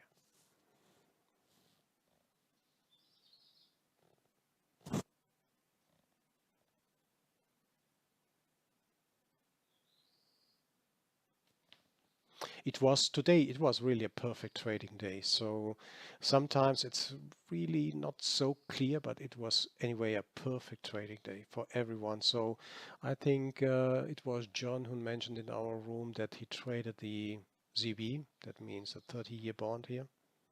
Long, long, long, up to there. Again, a long position here, wonderful. Tick new high. Then an iceberg, and the iceberg started to hit the bid here.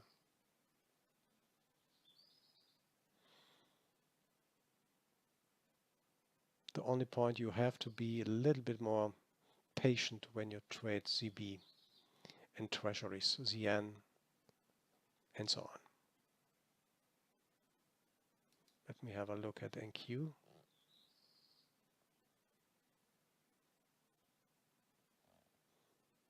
Oh, I have to switch back here, I'm sorry. That was the pre-settings here.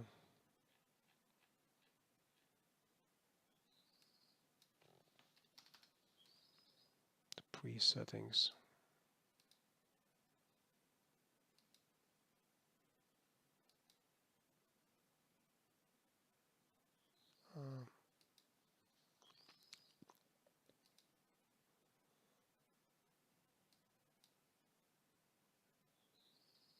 It's going to be calculated again. Takes a little bit of time. If not, yes, what else you want to trade? ZB, treasuries. See the treasury instrument description on CME. I traded treasuries, by the way. See John Grady.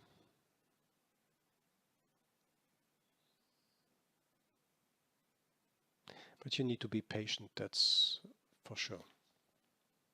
There you will learn to stay and wait and see colors, yes, painting drying on the wall.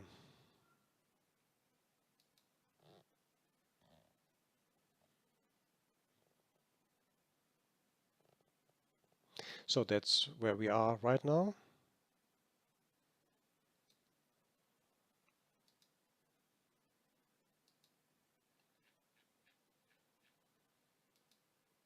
Let's add a liquidity tracker for SPY in this case to see how they are working together. That's the SPY. You see that SPY and the ES here. So we have two instruments. The ES is the underlying of the cash, of course, and the SPY is the ETF.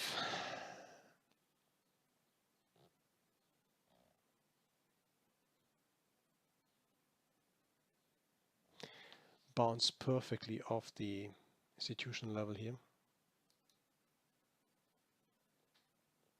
I have to watch the levels again. I'm not sure where they are. 95, 94, yeah.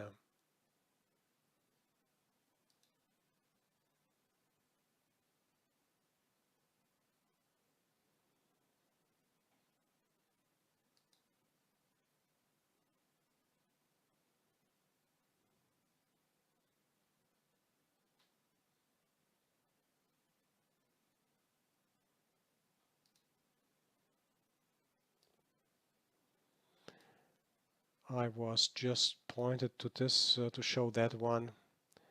So a member of the room traded this short.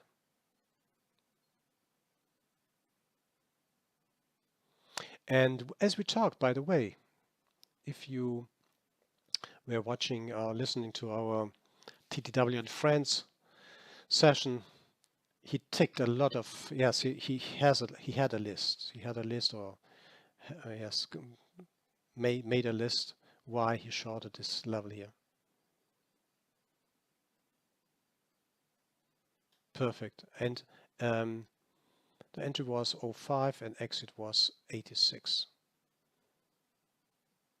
Great. That makes me personally happy, because there are a lot of people who are starting to understand how trading can work. And Bookmap did a great work with this famous order book presentation utility, which is called Bookmap.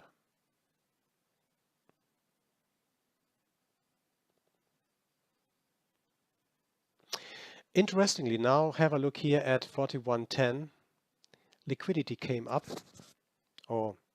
and you see this plus 500 here. You see that plus 500 here at that point. Here, exactly, plus 500.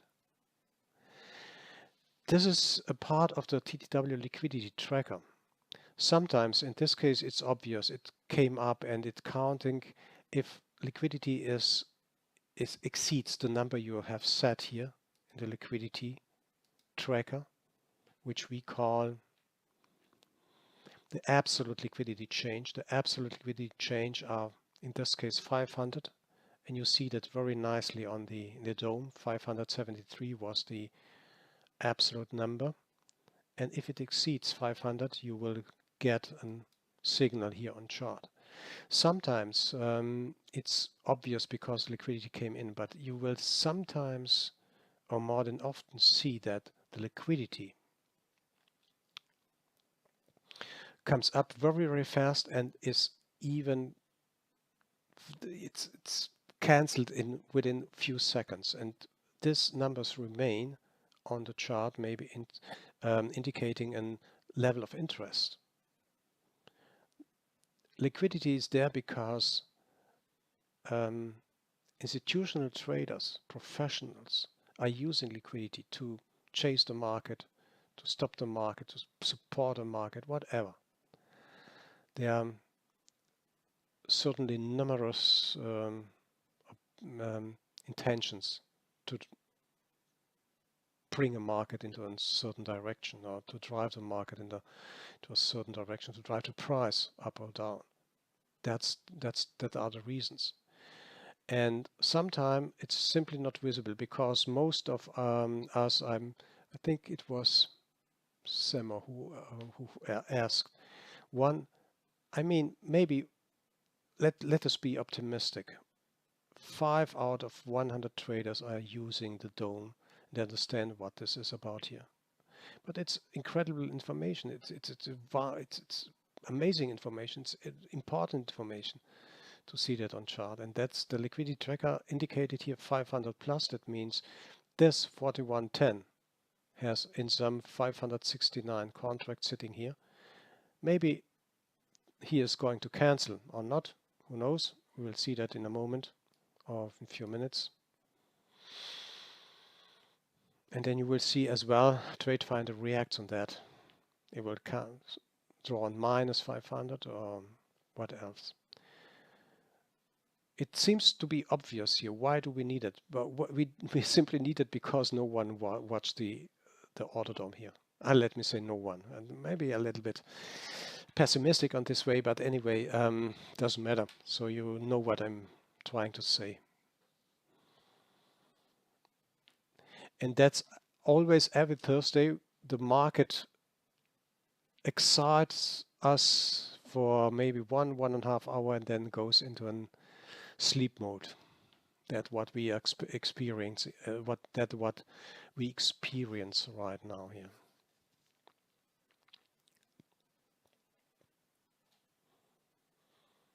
And you see as well the institutional levels have been before long before the market opened. And they added liquidity around 40-80 again. So we have two possibilities right now. Watching 4110, what happens here if the market trades into 4110, and then watch what happens at 40-80. That's the playground. That's the playground for now.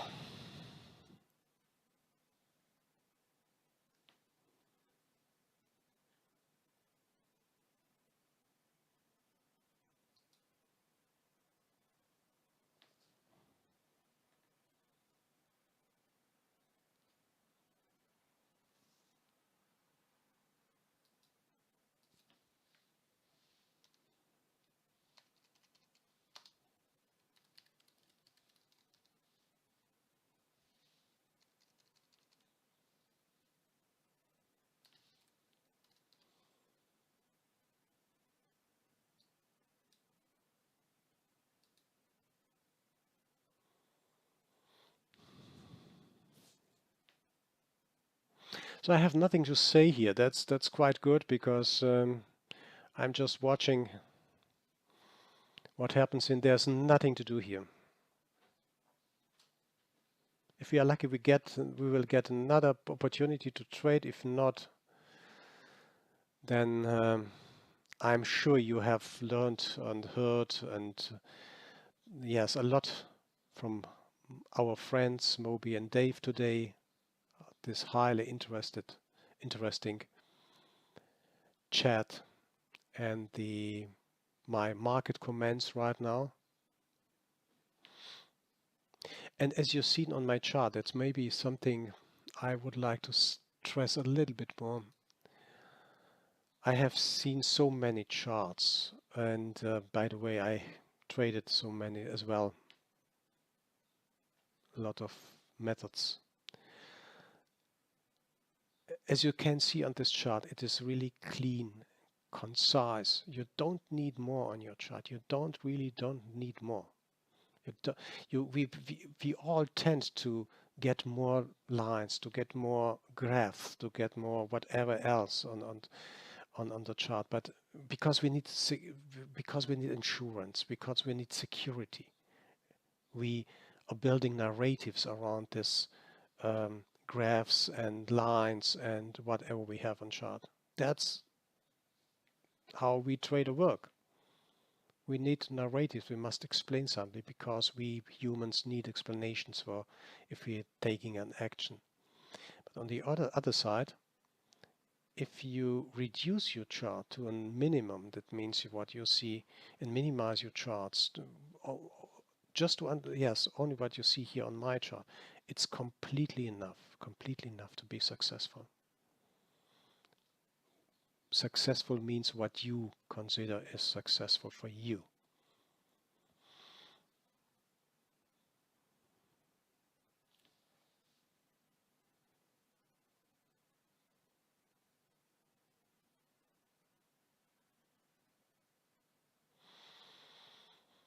Small iceberg came up here. Let me see, what is my iceberg setting here? 200. No, I'll leave it with 200. I'm interested only in icebergs which are bigger than 200 lots. That means 200 contracts. I'm not interested in icebergs of 10, of 20, 50, whatever. As I elaborated, I'm interested only in sweet spots to see where the market might turn or not.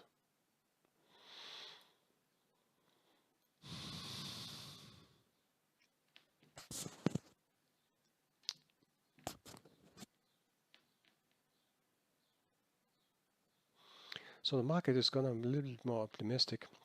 Ticks are up. That means the market will most likely trade maybe a little bit higher. By the way, you see this band here between the price. The band is exactly 7, I think 10 points. Oh, 7, 8 points here. That might be because of the rollover. Watch it next week. I'm not trading on Monday after the rollover, and Friday, that's a rule of mine. I'm not trading Friday, I'm not trading Monday. Today we have rollover. The last trading day will be the 17th, I think, next week for the years. And when you look at the volume traded, now we are trading with good volume right now, but it will start to change tomorrow, latest on Monday.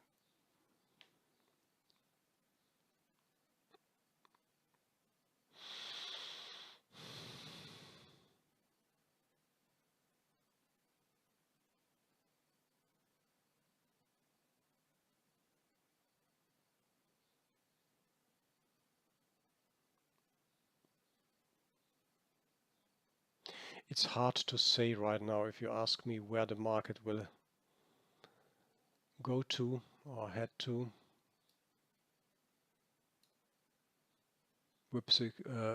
VIX volatility is coming down, trading lower. That means the market is more likely to trade higher.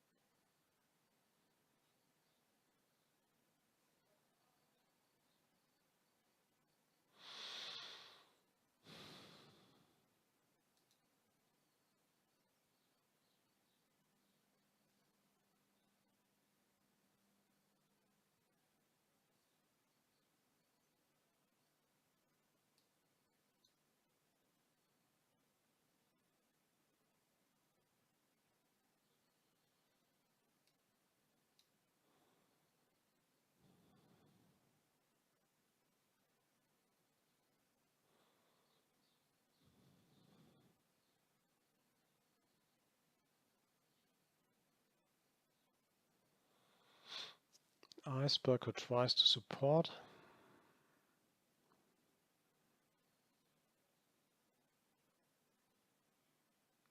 I need a little bit more. I will elaborate data a little bit more in our education session about icebergs and how we see icebergs, how we are dealing with the icebergs here, how we analyze my icebergs. A little bit more cautious with it. I've showed you in the pre-session picture where it was very clear to take the icebergs. By the way, they are more reliable from my point of view on the treasuries. But we have never ever a chance to understand what this iceberg is about here. What is the intention of the iceberg? Is the intention to cover? Is the intention to push the market up? Never ever. We can speculate, of course, that's possible. But we never ever know for sure what really happens here.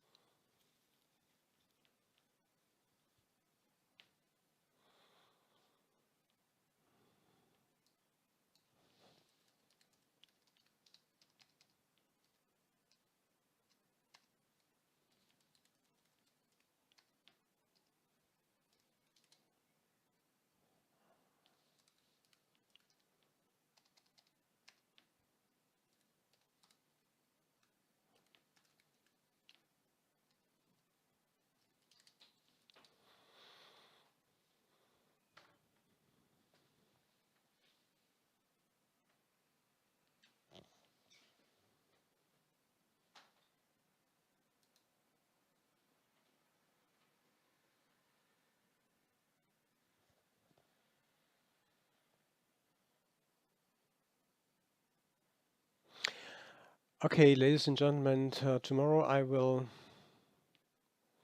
do a further educational session on TTW liquidity tracker. We will talk about liquidity order book and how we should watch the volume, what is the difference between aggressors and liquidity, and how to utilize this information for trading.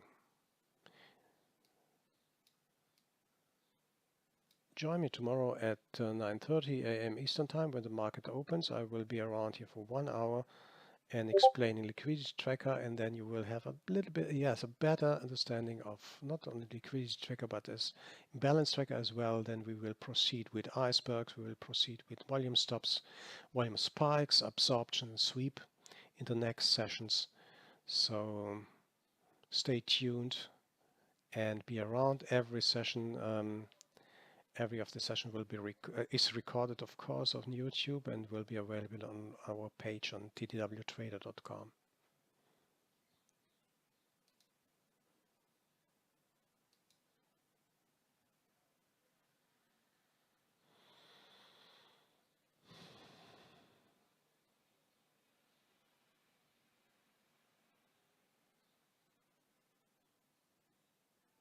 So that's a very clean, concise picture. You see an iceberg hit this level at the POC, exact where the POC is. The yellow line is the POC of the day, point of control. And the second one here. So I don't simply see another good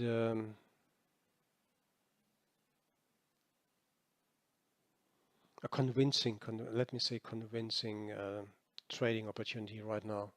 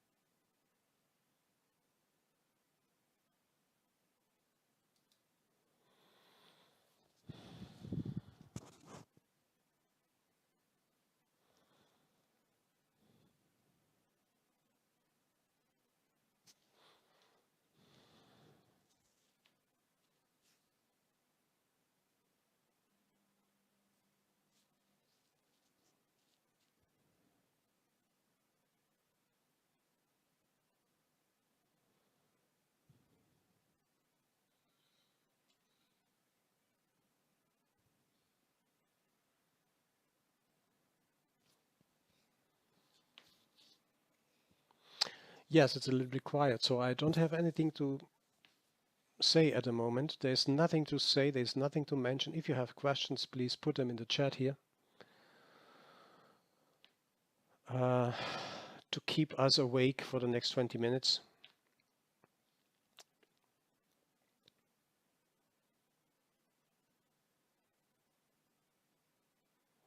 And by the way, don't rush in, simply wait. There will be very boring moments in trading at times. Believe me, there will be very boring moments in trading. Sometimes it's extremely awful simply watching the chart, because nothing happens. So read a book, listen to music, or take a walk. I think the best opportunity.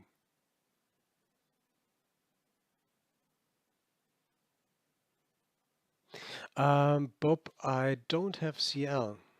I think I don't have CL at the moment. I don't have CL. Let me. What is the CL contract? I even don't know. Can you help me with the CL contract? What is the CL contract at the moment?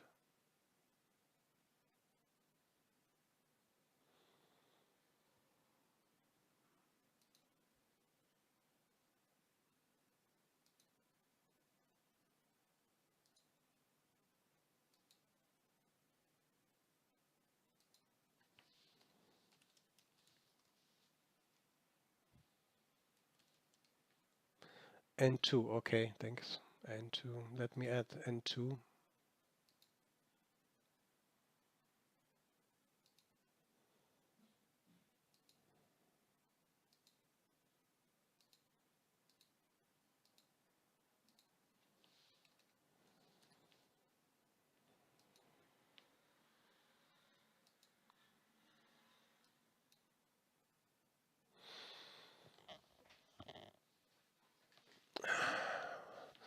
I need time to load it.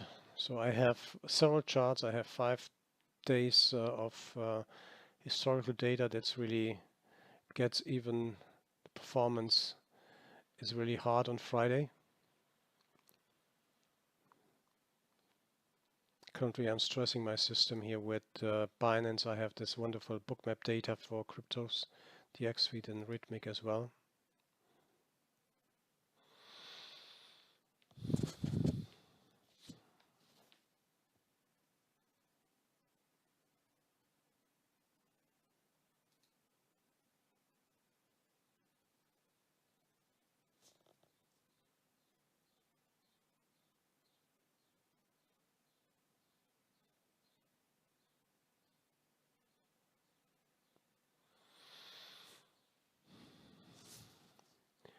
Mr. 123, is it possible to go over the screenshot trade that was posted in the German Discord room, please? Yes, yes. Let me have a look if I find it.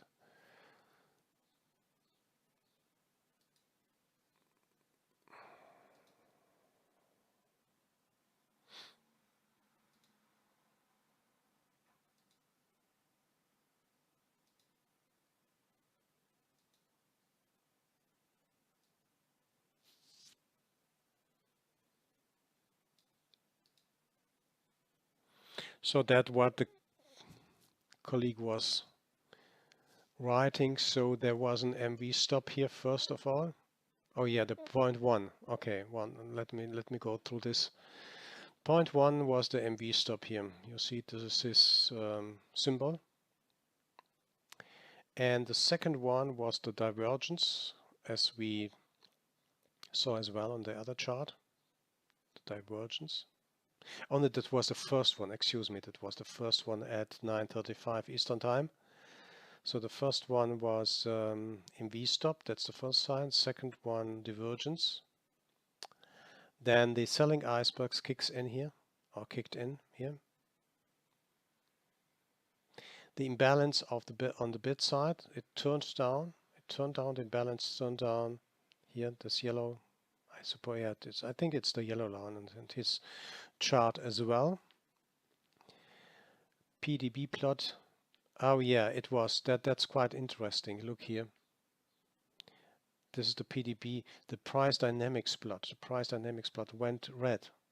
So we have the first alert, the first warning sign. Then you have to be awake when you see that, and then you can combine what's really on the chart. You don't need to take the first trade. Wait until you get a second chance.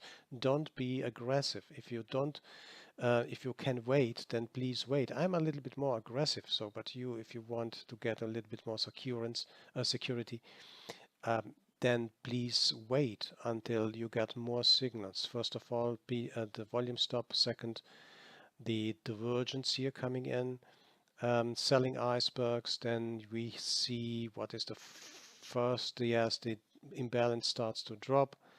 5, the PDP plot showed red here.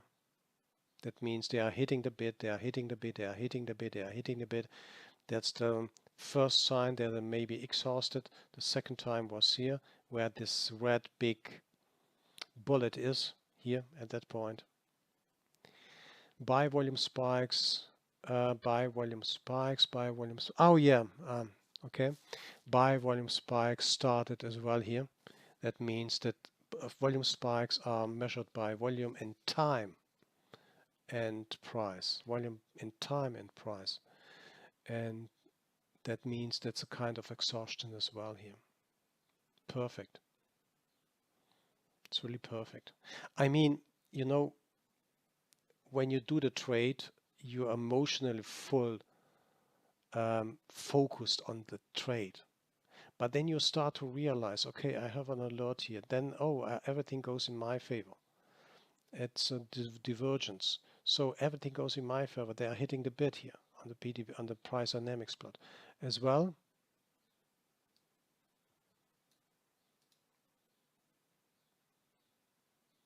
What I mentioned here, when I was short, based on this signal here,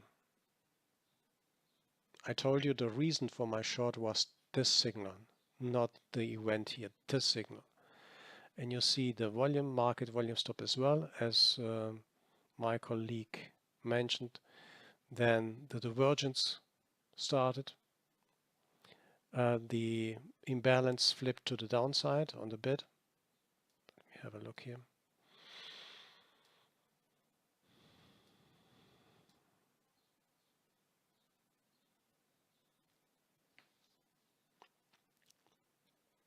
Divergence started to flip here. So that was a retest, you see. That's because the retailers are trapped. You know, when you are watching the candle chart, when you watch the candle chart, look here, I have my, let me show you that on my candle chart. So I'm using NinjaTrader. I have only Bookmap, NinjaTrader. I have Bookmap and TradeFinder only. I have NinjaTrader and my friends from Lizard Indicators, Lizard Traders, Lizard Indicators. I'm using their indicators. That's all I have. That's really all I have. And by the way, I have Shark Indicators Blackbird for discretionary trading, but that's really all I have. I don't need anything else. I don't need any other methods and whatever. So that's my workspace. And let me show you some following. Now you are a trader. You are a trader candlestick. You'll stick to your candlestick chart. You have maybe an RSI, MACD, CCI, whatever you might have here on the downside in the subchart, and then it flips back. It starts to flip back. Now you are here. What do you think? What you will do here when you see this big green candle? What do you think? What will you do when you see this big, huge green candle? Answer your question. Answer this question for yourself. So I bet you will think the market will go further up here. I mean, what market crossed the VWAP? That's one point. Market is about to cross the I don't know if it is the value at high. Let me see. Open range. Yeah, okay. That is the open range here. So market crossed the opening range. I think I set it to 30 minutes, not sure here because I'm not watching, but given you are watching the volume profile, you understand the opening range, initial balance, and so on. Then it went through. What will you do here? What is your intention to do here? What is the retailer's intention to do here? I bet everything I have. A little bit exaggerating, but I bet everything I have. You will go long here. You will think, okay, the market is now broke from the low. We have, yes, we have some, in this case, we have some reversal signals. Then they broke VWAP, they broke the opening range here, and then now trading into higher spheres here, maybe 20, 27, whatever you might have on your chart. That's exactly what happens to every retail trader who thinks the market will go immediately up here. And I have to join the market. I have to be long here. That's the story. That's how I traded. And that's how I think most of us are thinking and trading.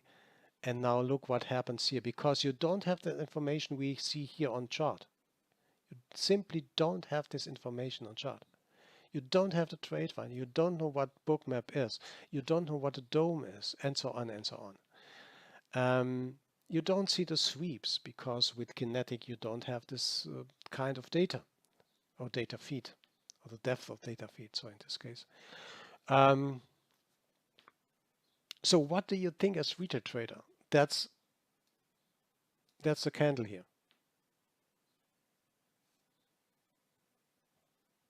Long, long, long, long, long. So you're long, and then what happens with you? You're thinking, okay, I have to go long because we have a green long candle here. You don't see this information. You don't see this information. You are long because you're saying to yourself, okay, it takes a little bit of time. The market, if you're good, the market is a little bit exhausted at that point. They need time to go up, and that locks you in for 52, 16, 8 minutes.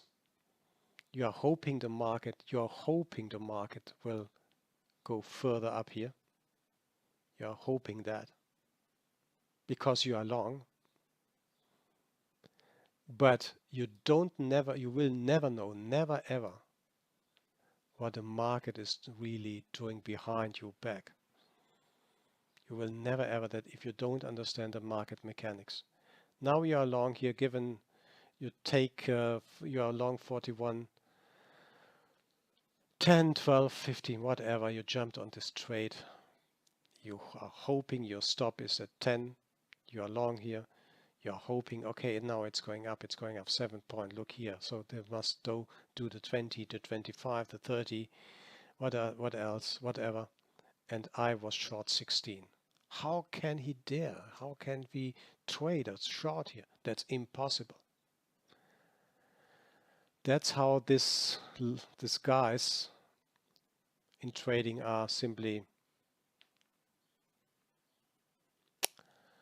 yes, chasing us around, and try to empty our pockets.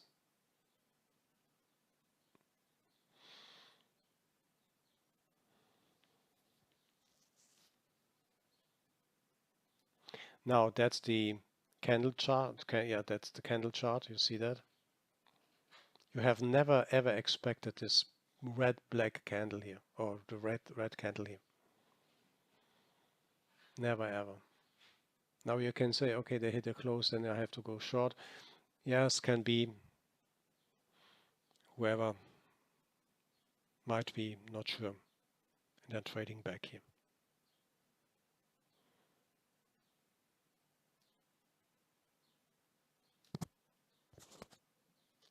We need candle charts. Yes, we need candle charts. There's no way to abandon them and left the candle charts aside. No, we need candle charts. But if you are a day trader, if you're a short-term trader, then I think you be better off. using Bookmap and TradeFinder.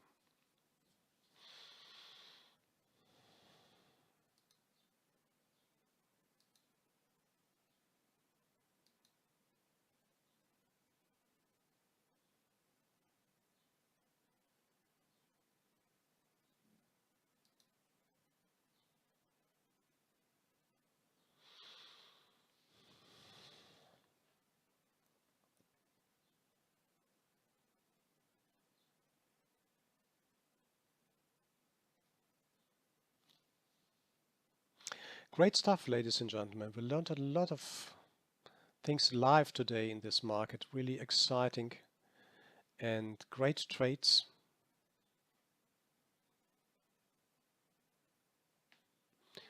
Juliana, what is your target size? Do you take partial target exits? Yes, I do. Yes, my target size is 2 to 5 contracts.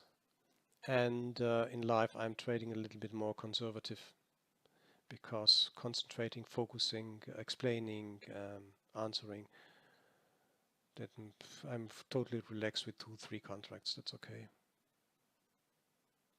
The best way is when I'm trading for myself and have the concentration, focus, and time, testing the market with 1 or 2 contracts and then adding to a winning position. Adding to a winning position. It's always the best way to trade. So test the market with 1-2 contracts. If you can afford a 1 contract, if it goes your direction, add.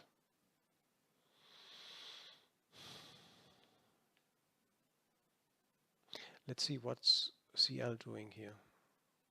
Someone asked here. Bob was asking for CL. Oh yeah, I haven't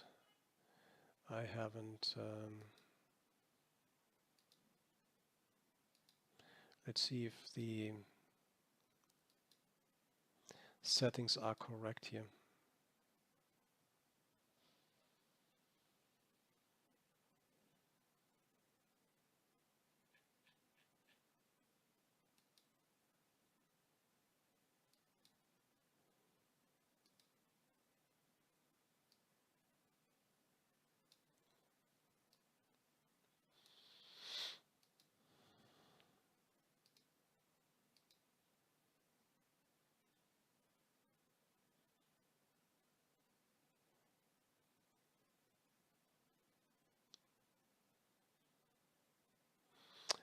Let me have a look here. I'm not sure if the settings are correct because I don't trade CL. We have market experience. Yeah, that's too much. That's too high here. Let's set it 300. You see, and I will explain it tomorrow as well. Not sure if all the settings are right. I have to take time to go through a little bit to the settings. I've put the settings in the Discord room as well in our instrument configuration. You see the market volume and average liquidity of CL, of oil, of the CL future. You see that here? This is extremely low at the moment. It's really extremely low. So we have to adapt our TradeFinder settings to the market, to the real market volume of each instrument. It's far too high. They are not correctly set here. I'm not sure what is the best settings. I have to go through, but not now, just not to bore you here with the settings. And once you understand your instrument, and that's as well an educational way to not to understand, but to adjust your instrument. You will understand the volume, you will understand the liquidity, you will understand the absorption stuff, you will understand the sweeps, and so on and so on. You will have a far better understanding, well, the sweeps are too high here as well, of your instrument, how this market is working. And that makes you vulnerable to everything what might come to you in trading. That's really an educational path you are using to adjust your instrument according the volume and liquidity. Every single instrument works on its own. There's no exceptions. So you see market volume 62 currently. Let it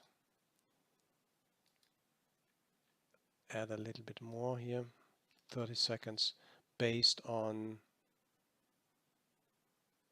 let's say 50 levels here, and 30 seconds. Let's see what happens then.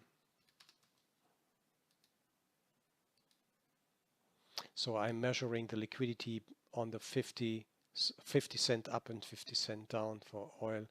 The market volume in average is 67T at the moment.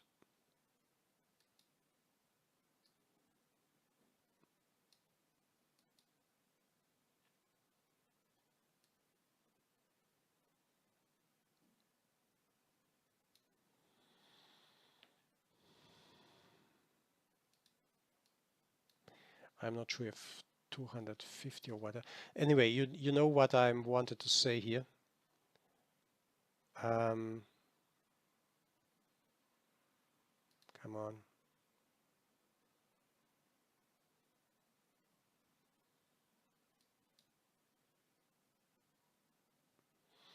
So that's really roughly set to that what we have in oil. So if you are a trader, like the principle is always the same. If you're a trader here and you're trading oil, wait for the signals, wait until you get a sweet spot,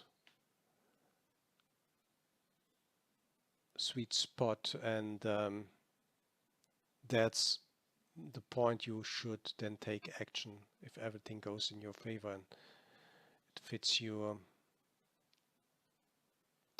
let me see the hidden orders as well.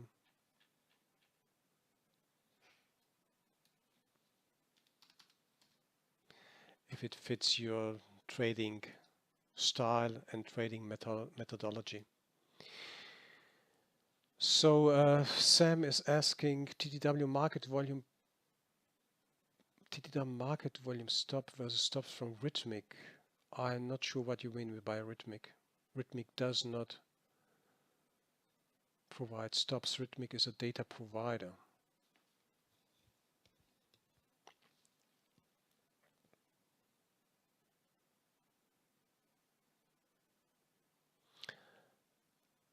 TW market volume stop versus stops from Rithmic, are they both same? No, Rithmic does not provide stops. I'm using 3.5 Ramaya. I'm using 3.5 TTW-TradeFinder. We will release 3.5 testing. We will release 3.5.4 latest tomorrow or weekend. We're just testing. 3.5.4. You can download at any time.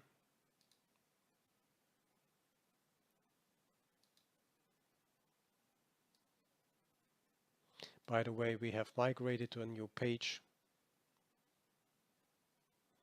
TTW Trader is our main web page. TTW-Trader.com is our main page. TradeFinder, downloads,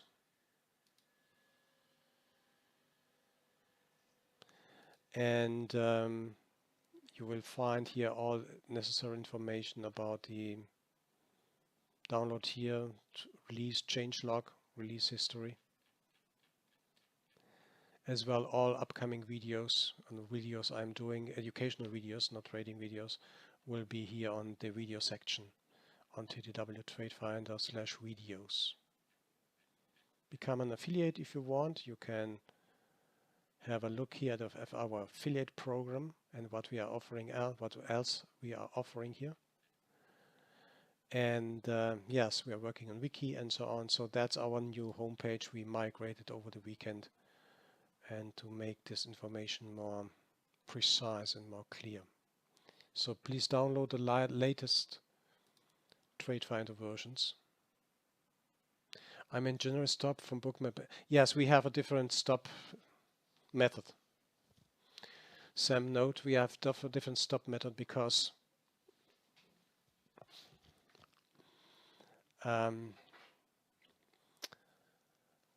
we have a slightly different understanding of stops. And by the way, I've tried to show you what an market volume stop is. And by the way, think about if everything what you have been told is really that, what the reality displays or reality is. Just asking yourself, challenge it, ask it. Let me show you, where was it? Oh yeah, let me show you. Oh no, that was the yes, excuse me. I'm here with the CL. It was in ES. I will show you what a real market stop is.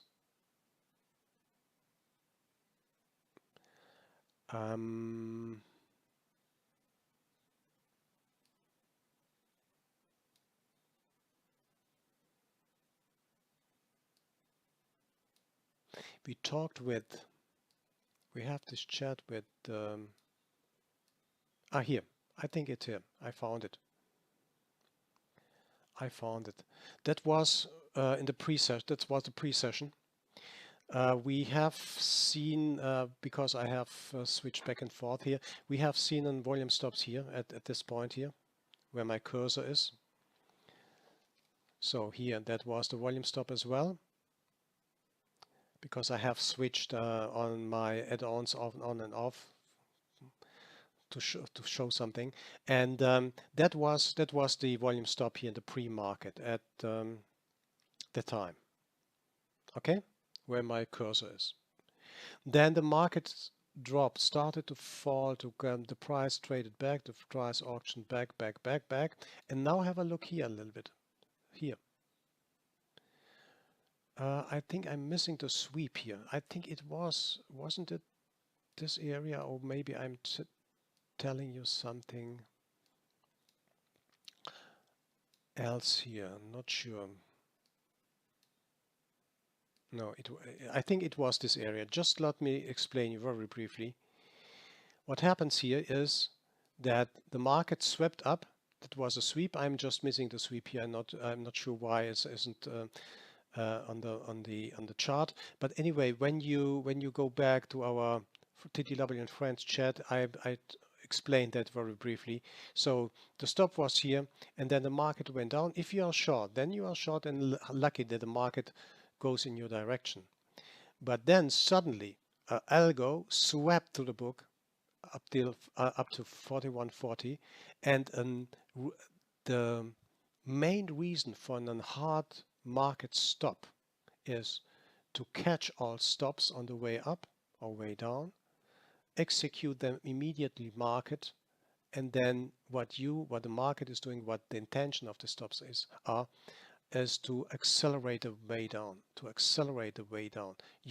when you are position short, you are hitting the stops, and the market executes all stops market, and that means the acceleration in this case is on the downside. These are market stops. And if you are asking, I mentioned general stop from Bookmap is eye tracker. I have and we have a different view on this technique. So you decide what's the best for you.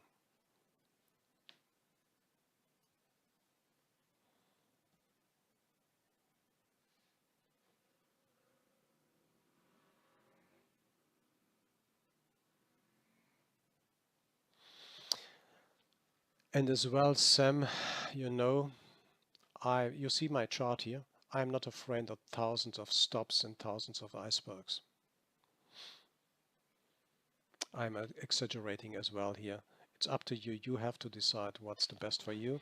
And the only question is for every one of us here in the room is, how does this help me how does this technique and this knowledge and this tools, Bookmap and TradeFinder, helps me to make money?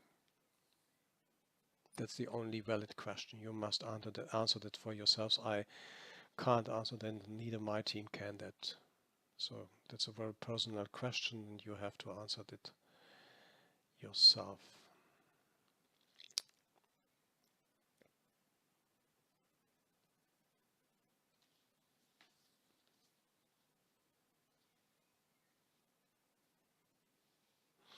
Okay, ladies and gentlemen, that was a very great day with my friends Moby and Dave. And in live trading, we have learned a lot about trading and what we see here on the historical heat map of Bookmap, how TradeFinder help us to keep us on the right side of the market. Great stuff, great comments. Thank you very much for being with me today here in the live trading and being with us in our TTW and Friends chat. Join me tomorrow on Friday the 10th of June for another educational session about the TTW liquidity tracker. It will be amazing. I will show you something maybe you have never seen, or you are maybe interested but no one explained it very clear to you. So I will try my best tomorrow to explain the order book and the liquidity and the volume in the book. And yes, be a part of it. If you can't be, it will be recorded and will be available here on YouTube as well as on our page. Thank you very much. Enjoy your life, enjoy your day, and stay with us on the Discord room. Thank you very much, and bye-bye.